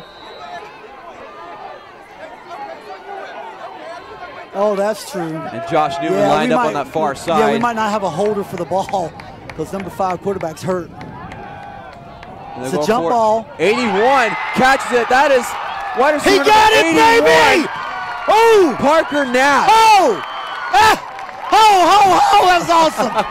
That's Parker beautiful. Nash getting the reception. The D-back overplayed the play, and Parker Nash stood there and caught the ball. Yeah, he slid right by him, turned around. Boy, he did what you got to do. I've coached kids ever since they were little. He looked the ball in. It was so easy to miss that, believe it or not. He looked the ball in, playing baseball, basketball, football. It does not matter. You look the ball in. There you go. 8-3. We've got 1:17. I think our defense should be able to solve this way. And how apropos. Offense pulls out miraculous play. We've been waiting all game for him to do this. Akiva Wedge putting him in that situation. I do have a player of the game. It's going to be Akiva Wedge. Absolutely. No doubt. But there's other great plays. Defense, Josh they get Newman the defensive. especially. The whole defensive team gets the defensive player of the game. Josh pulled it up. We'll give it to Josh and Akiva. Holy cow, but Akiva literally put the offense on his back. He really did. And then Skyler threw a couple great balls. He did his job. And how fitting is it? Holy cow. So now our defense, it's fitting that they can come out and do their job. With 1:17, they better assault this one away. Defense, your offense gave it to you. They did their job. Now you finish it off. Absolutely. And how fitting is it that when we came in here, we talked about how much the Knights would have to run, which has been true, but how the play that helps them take the lead was a deep pass from the 40-yard line to Josh Newman. That's definitely, well, I had to say 2 of Akiva's runs and then that pass were the key to our whole chance for a victory. That almost can be a program-changing plays, right? I mean, it can really get you fired up. You get guys you're recruiting, you start showing this film, and we've done this under duress. Our offense has been hurt. We've lost quarterback after quarterback, and look what these boys have done. Now, we've got to special teams, get a good kick. Do not give them a big run back. I hope they don't squib it. I think they're going to boot it straight on down. Yep. And it's a very high kick. yeah, we got to keep them back here though. No big run backs. That was number 81. Yeah, we gave him too much yardage. Jackson, I don't know if he's a little. That was Jerry Ward. And the thing is, it's 1:11 seconds left. 3 timeouts for the Pioneers. Yeah. And they had that field position thanks to the unsportsmanlike conduct by the Knights. And so this game is still far from over because they can pass the ball. That is their strength. Right. They start their play at midfield, and the crowd is into it. But I'm confident in our defense, but they cannot take it for granted. What we talk about, focus, every player, every bit of the play, finish. I'm surprised to see Yaros in here, the option quarterback. Josh back to pass here. Throw it to the right side. He's got a completion. He's out of bounds. Get out of bounds at the 40-yard line.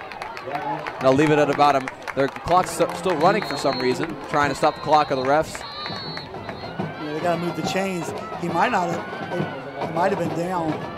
Bottom line is only a few quick seconds. All right, timeout. See, apparently he was in bounds when he got tackled.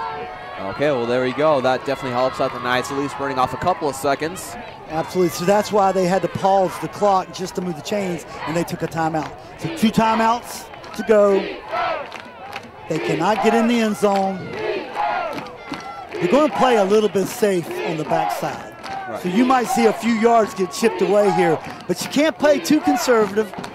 Yards after the catch, these guys can run the ball. This is their strength on their offense, is their passing game. And they are now on the 39-yard line. And they've run most of those slants all game long that have worked at times, so we'll see if the Knights are able to defend against that slant, make sure they don't get burned on those and get yards after catch. We need some penetration, though. We've got to get to that quarterback. Right. We've got to send at least one extra man. We've got to put heat on that quarterback. Yaros back there with Marcel. Four-man rush. And that's intercepted by Albert Green. Albert's juggling it, tipping it. Look at beautiful. Boy, our defensive backs are tight right now. They're all, they're smothering their receivers. And 2nd and 10 here with 56 seconds left, as his fans are getting more and more into it as the seconds tick away. It's the best we've had all year. I love to see our fan support. Focus, defense, focus. Finish, finish, finish. Coach Ed has talked about that. Finish every play, finish this game. The Pioneers at the Knights' 40-yard line here. Drops back passes Yaros. Come on, pressure somewhere. Another pass just off to the right side. That was intended for number 85, Raquan Bridgman.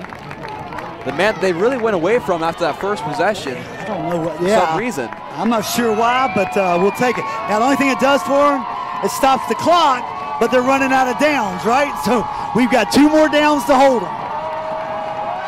The entire defense getting the crowd more and more into it, as it's now 53 seconds left. Dawson, they did that with a 4-man rush last 2 times. This is where, me personally, I'd pop one more rush right now, surprise them, see if we can't sack them back there. Absolutely. Marcel Mason see, there he comes. Drawn back to pass. 4-man rush. Another pass play to the outside. He's out of bounds. Bridgman is out of bounds. Out of bounds. There's a 4th and 10 for the Pioneers. The Pioneers with 2 timeouts left. We don't really need to use it right now just because of the incompletion on one play, Dawson. We're down to 1 defensive play. Right here. Is it? We can salt this game. We can go into victory formation if we can make one more defensive stand of not allowing them to get 10 yards. We can give them 9 yards. We can give them 8 yards, but not 10 yards. That's absolutely true. As the Knights line up here, Yaros in the backfield. Again, so surprised to not see Kinchin out here. Maybe still hurting after that one play that he was knocked to the ground. 5-man, here comes the blitz. I told you. That's late. I told you. I told you. Knocks the ball out. Down. Perfect call. Perfect call. Lake hold the ball. That a way to do it. 49 for the Knights. That is Mason Fauta able to get on top of it. You gotta love the defense. I told you they had to call that one time. Oh my goodness. Leica came in there, laid the hit on Yaros, popped the ball loose. Beautiful. And then Fauta. Blindsided him. They came from the right side. They know he's a right-handed quarterback. Had his back turned. Perfect exposure. You could have asked for a better way for your defense to respond to your offense. It's the cherry on top for our defense particularly, but for the whole team. Congratulations. Now, thankfully, how many timeouts do they have left? So we're going to have to, we can just go into victory formation here. And the defense getting excited there on the sidelines as they the sword is used again. As they should. Now, can I give a little personal note here? Absolutely, go I ahead. have to mention his name. This is my 4th thing. My son is the defensive line coach and assistant head coach, Keaton Epps. Coach Epps' birthday's today, November 3rd. Turned 28 years old. So this is to you, Keith. Love you, your defense, and Nate, all you guys. Outstanding defense. I'm just proud of him, and this is why he came back to SVU to coach, to have a day like this. Absolutely. The Pioneers have 2 timeouts left, but they're neglecting to use them. That's them. because they, by the numbers, that even if they stop it, it won't happen. So just be wasting time. Class to them, that they did that.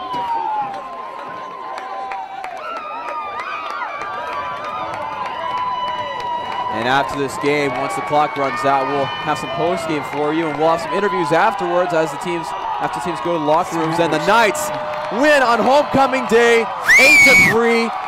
That's what we're talking about. Go Knights! First victory at home.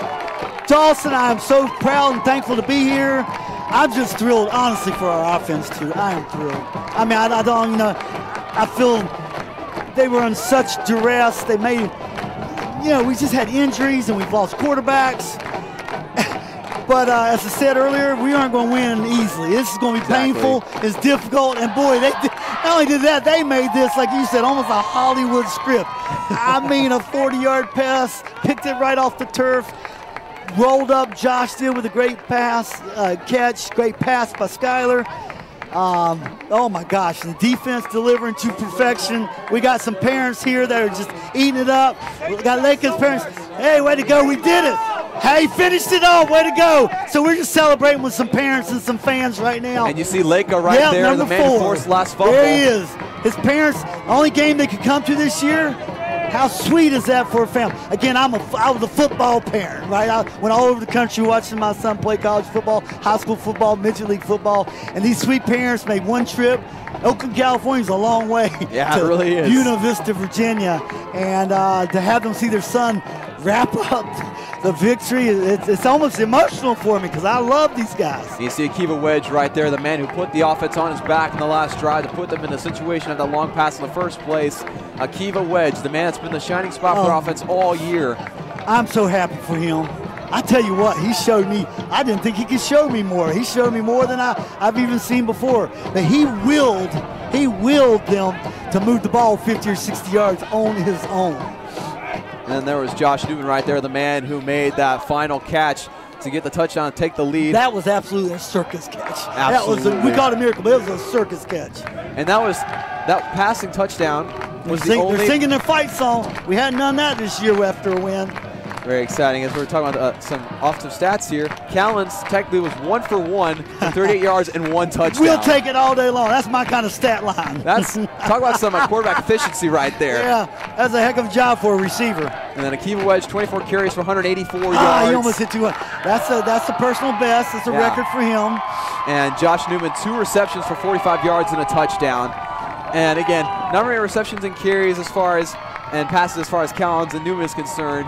But those plays are the ones that counted. Those plays are the ones that made the difference today. As you say, sometimes it's not about quantity, it's about quality. Exactly. And thankfully, we got the quality we needed right there.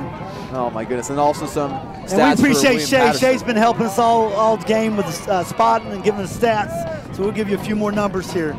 And the man who was in at quarterback earlier but didn't finish the game at quarterback was Kinchin. He was 15 of 23, 157 yards, ended up with 2 interceptions, one caught by Neil Davis, the other one caught, I believe that was, I'm blanking on who that was actually, but there was 2 interceptions that were caught. And then for rushing, there was Mason, who had 23 carries for 60 yards. Had quite the impact in that first half, but was pretty much shut down in that second half. Hey, I don't know if you got hurt, but you know he took that one really hard pop. Right. And he didn't look the same after that. I don't know if I don't know. He didn't engage, or maybe they just didn't target him as much. Maybe he was a little bit injured. We don't know that, and they kept him out there more as a decoy because they definitely went away from him. And I think roughly in my mind, the first 7 out of 8 targets were straight to him, and he looked good. And we were having a difficult time handling him and holding him. We appreciate William Paterson coming. I talked to a couple of coaches beforehand. They're fans. They had some fans here today. You know, there's always the other side of this. We're so darn elated and excited because we've had a rough season. Yeah. We haven't, but we've had our 3rd win. Got a chance for the 4th win in the season. William Paterson's had a tough year, and brand new coaching staff. They'll get it because they were a lot tougher than I thought in several areas, but they really came out and mixed it up and showed us some good running off the bat. And they were the bottom of the conference running, but boy, they came out and stung us early.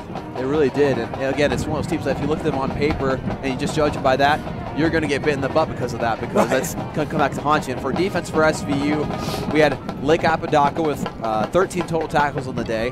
And Neil Davis had the 1 interception, then Madsen was the one with the other interception, the one I couldn't think of.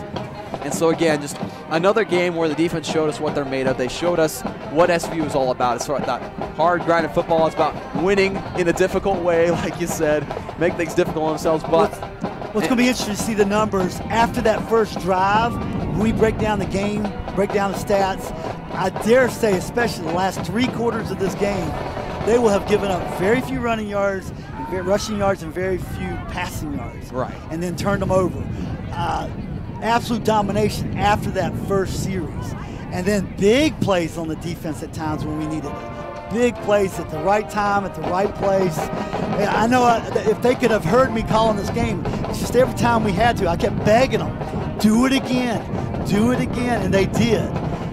We are so fortunate to come out of here with a win, but maybe it's one of those breakthrough wins. That the defense, so I think even next week they can come close to pitching another shutout next week. Hopefully this week offense figure out a way to give us 14 to 21 points or something, 14 to 70 points. But it's a glorious day. The sky's shining brighter than ever. Everything smells better. These flowers smell better that we've got on our lace.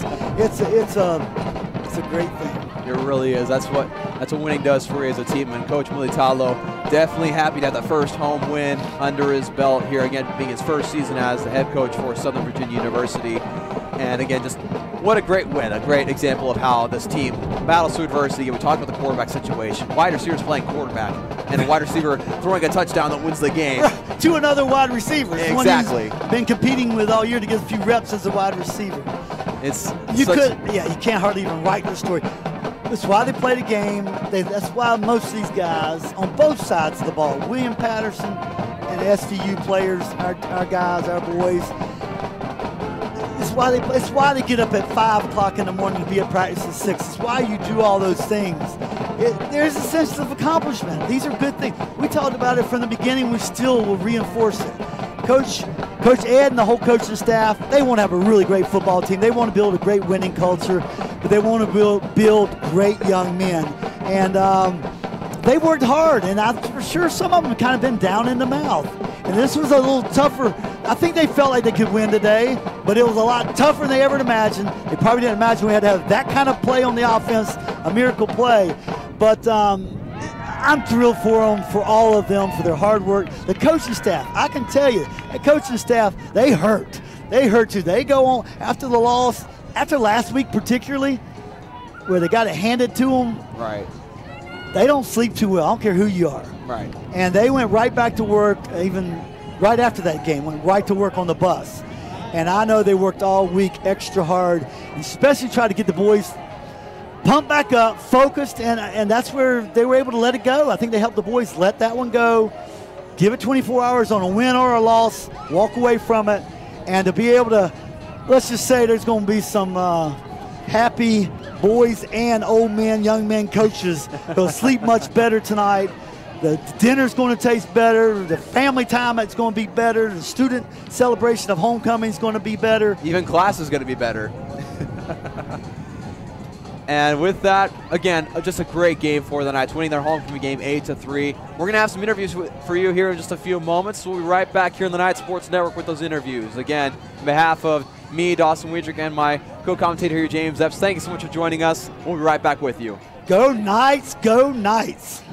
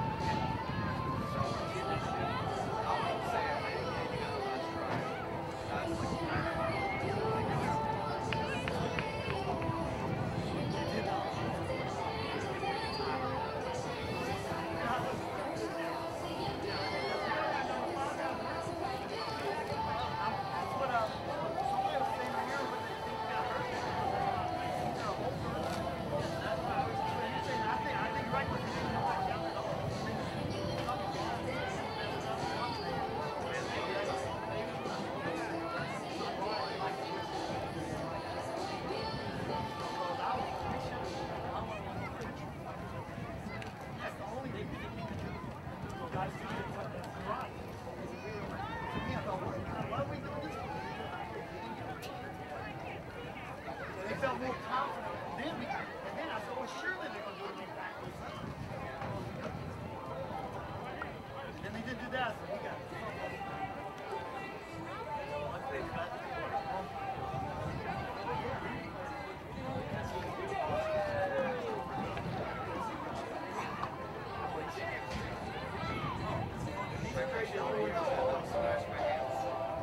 Did it help some? Oh, yeah. Here comes the keeper. Here, ready. Here comes the keeper. You brought in who else? Lex?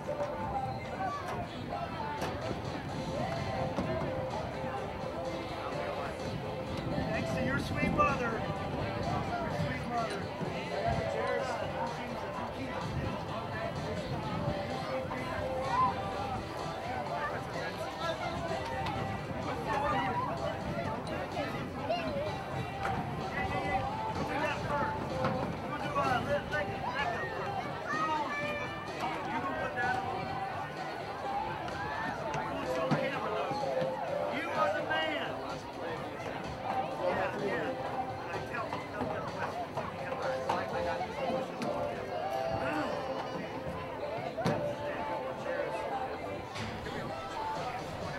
I'm live here with Leka Apodaca, who made that last sack and forced the fumble to seal the game for the Knights. Leka, how do you feel right now?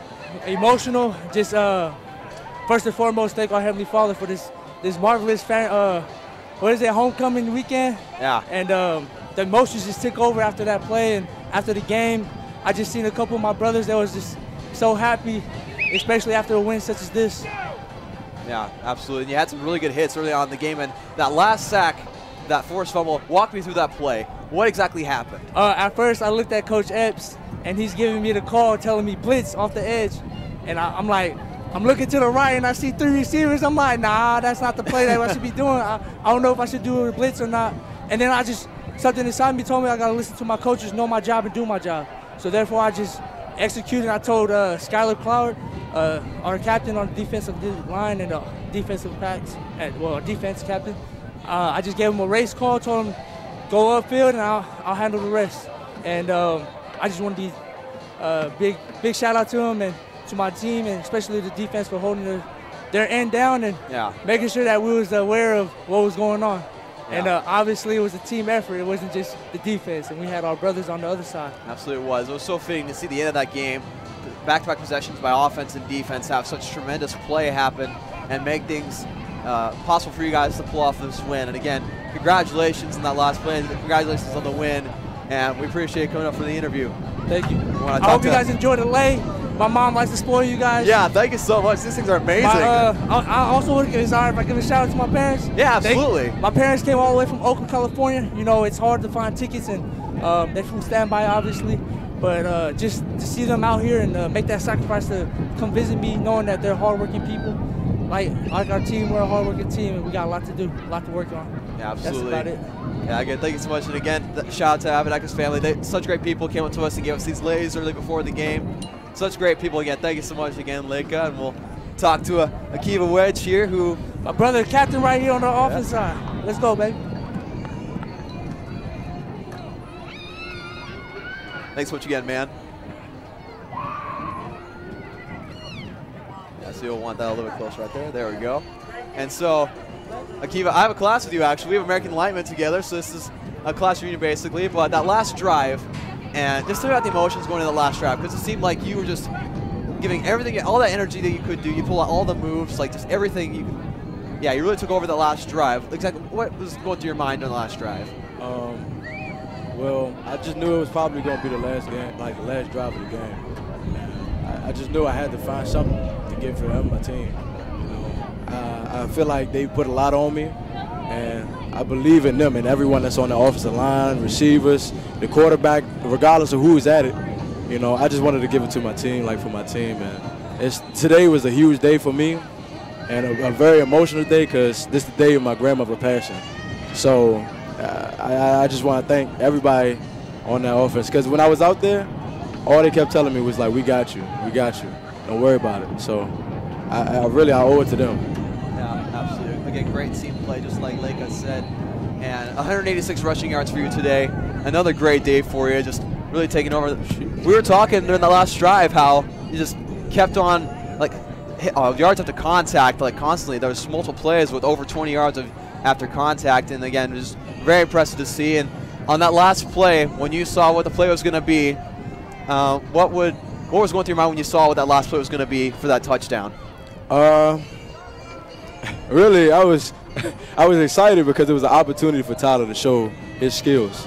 You know, because he got a little too rough, shaky, little start because, you know, the protection. And it was just a great opportunity to show his athleticism, you know. So it was an incredible drive. And for him to put the ball right there on the money like that, can't ask for more, you know. Yeah. So, hey, shout out to Tyler. He did his thing. Yeah, absolutely. And what message would you like to give to your offensive linemen after a day like today? We don't get to call their numbers out very often. All 5 of you guys, and even the guys that's not playing, I love y'all with all my heart. Like, you guys are the reason why I'm even doing what I'm doing right now. Like, I love all y'all, man. I never thought in a day in life I'd probably be like this, but I know you guys believe in me and I believe in y'all, so that's all that matters. You know, we one big family. Absolutely. I love y'all. Yeah, and as a former offensive lineman, that's something we really appreciate is when credit like that is given out. Thank you so much, Akiva. I'll see you in class on Tuesday. And a great job today. Can I give a quick shout out? Absolutely, yeah. I love my family. I thank you guys for being here and supporting me. I love you with all my heart. And Pops, if you're watching this still at home, I love you. I love you with all my heart, and I thank you for pushing me over that limit over the summer, each summer, and making me the man I am today.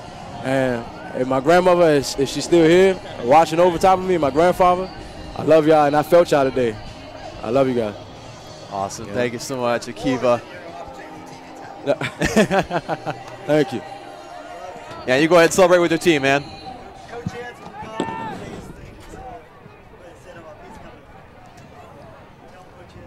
All right, we'll have Coach Ed Mulitalo up here in just a little bit to give his thoughts on the game here. And so just a few minutes, we'll be right back with you in the Night Sports Network.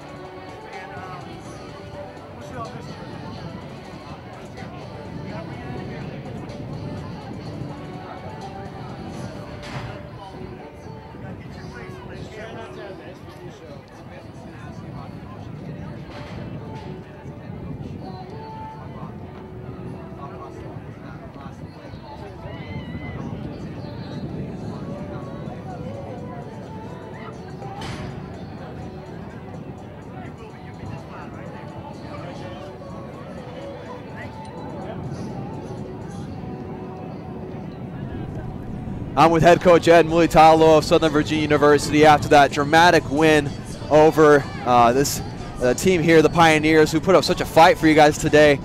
And so what are some of your emotions right now having your first home win as a head coach for SVU? Oh, it's all over the place, you know. The way that we won kind of encapsulates everything that we've been doing this season. Right. You know, and I'm so proud that they stuck to it and went and got it. The motto today was, if you want it, go and get it. And I told them that in the beginning of the game. Came back at halftime and I told them the same thing. So they went and got it, and I'm proud of that. Yeah, absolutely. They really did, and especially those last 2 plays, both on offense and on defense.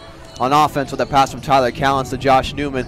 What was the mentality going into that play and calling that for your quarterback? That was a strictly religious play. We thought we need to pray. No, but like I said, if we had a toolbox, we'd be out of tools. You know, with what we were been struggling with for the last few weeks, we went to the Wildcat and you know, Kiva got dinged up a little bit, so then we knew that we'd have to put Tyler Collins back in, and we just thought we'd call a play that we do in practice, right. and that's what we did, and just hoped that it would come through, and it did, and we were ecstatic about it. So we're excited. You know, did we dial it up? Did we know that 100%? Okay, this is our Monday play? Probably not, but.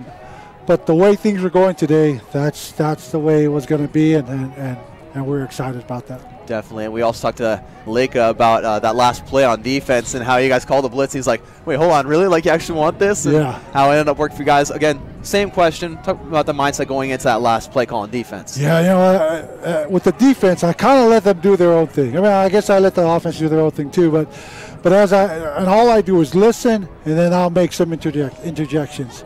And when they call that play, when they call those certain blitzes, and you know, manning up on the wide receivers, I just say, hey, let's go. You know, and as long as they know that I've got their back, right. and I believe in our defense, and that's one thing I did know. I knew that our defense would go out there and play the way they do. We have a great defense, so. You know, I had no problem with that. You know, right. So the confidence that I have in our defense and the way our coaches call it, they can do no wrong right now. Right, absolutely. And we have talked about in interviews and broadcasts past. Coach, one thing we can do on life real quick is for all the folks at home. One of our missions is to take y'all into the homes, right? Yeah. You guys all over the world. That's right. So anything you want to tell all those folks no. out there? You know, yeah, we got. Okay, all right. So the question was something to give to the parents at home. It's one thing we focus on the broadcast, is trying to make sure that the parents are involved. We give shouts to them and their kids as they play. And yeah, if you look at our roster, we got kids from Hawaii, Arizona, Texas, Utah, Idaho, you know, all over the place. So I guess hopefully that you felt that same spirit that we felt today here, which was that fighting night spirit, and keep sending your kids here. and we'll get better. So those of you from the West Coast, and obviously we have some kids up from Richmond and here locally. So no, we're excited. Thank you for all your support. Yeah, some great parents and players out there. In fact, Leica's parents gave us these lays for the game, just showing nice. The great support for both broadcasting and for the football team as well, of course, with their son being such an impactful player today. And you know, we talk about the mentality of defense for your team as a whole, and we've seen how good they've been in stressful situations, intense situations when they need to be. Yeah. And especially with hard hits we saw today early on, I was so impressed to see them lay those hits early on and get that, I guess, that idea in the heads of the Pioneers that, look, you're walking in SVU, we're going to hit you in the mouth. Yeah. We're going to hit you as hard as we can. So it's a great thing to see. And just any last thoughts for your players today after this win? No, I'm proud of them. You know, I told them, enjoy the next 48 hours. You know, we get back at 6:30 in the morning on Monday. I tell them, enjoy it. Enjoy the win, you know. And come 6:30, then we'll put it back. Because even a win can be cancerous, you know, if we hold on to it too long. But you know what? We're down to our last two games. So we've got this win. Let's finish strong and come out and grab another one at home. Absolutely. Again, this is head coach Ed Mulitala for SVU, Super Bowl winner, and a winner today for homecoming. Yep. 8-3 is the final score for the Knights and Pioneers. Thank you so much again, Coach Mulitala. It's a pleasure to meet with you. Hey, thank you. And enjoy this win. All right, we will. And again, this is Dawson Weidrich here on the Night Sports Network. James, on behalf of me and James Epps, thank you so much for joining us. We will see you next time next week for some Knights football. And thank you so much for watching again, and go Knights.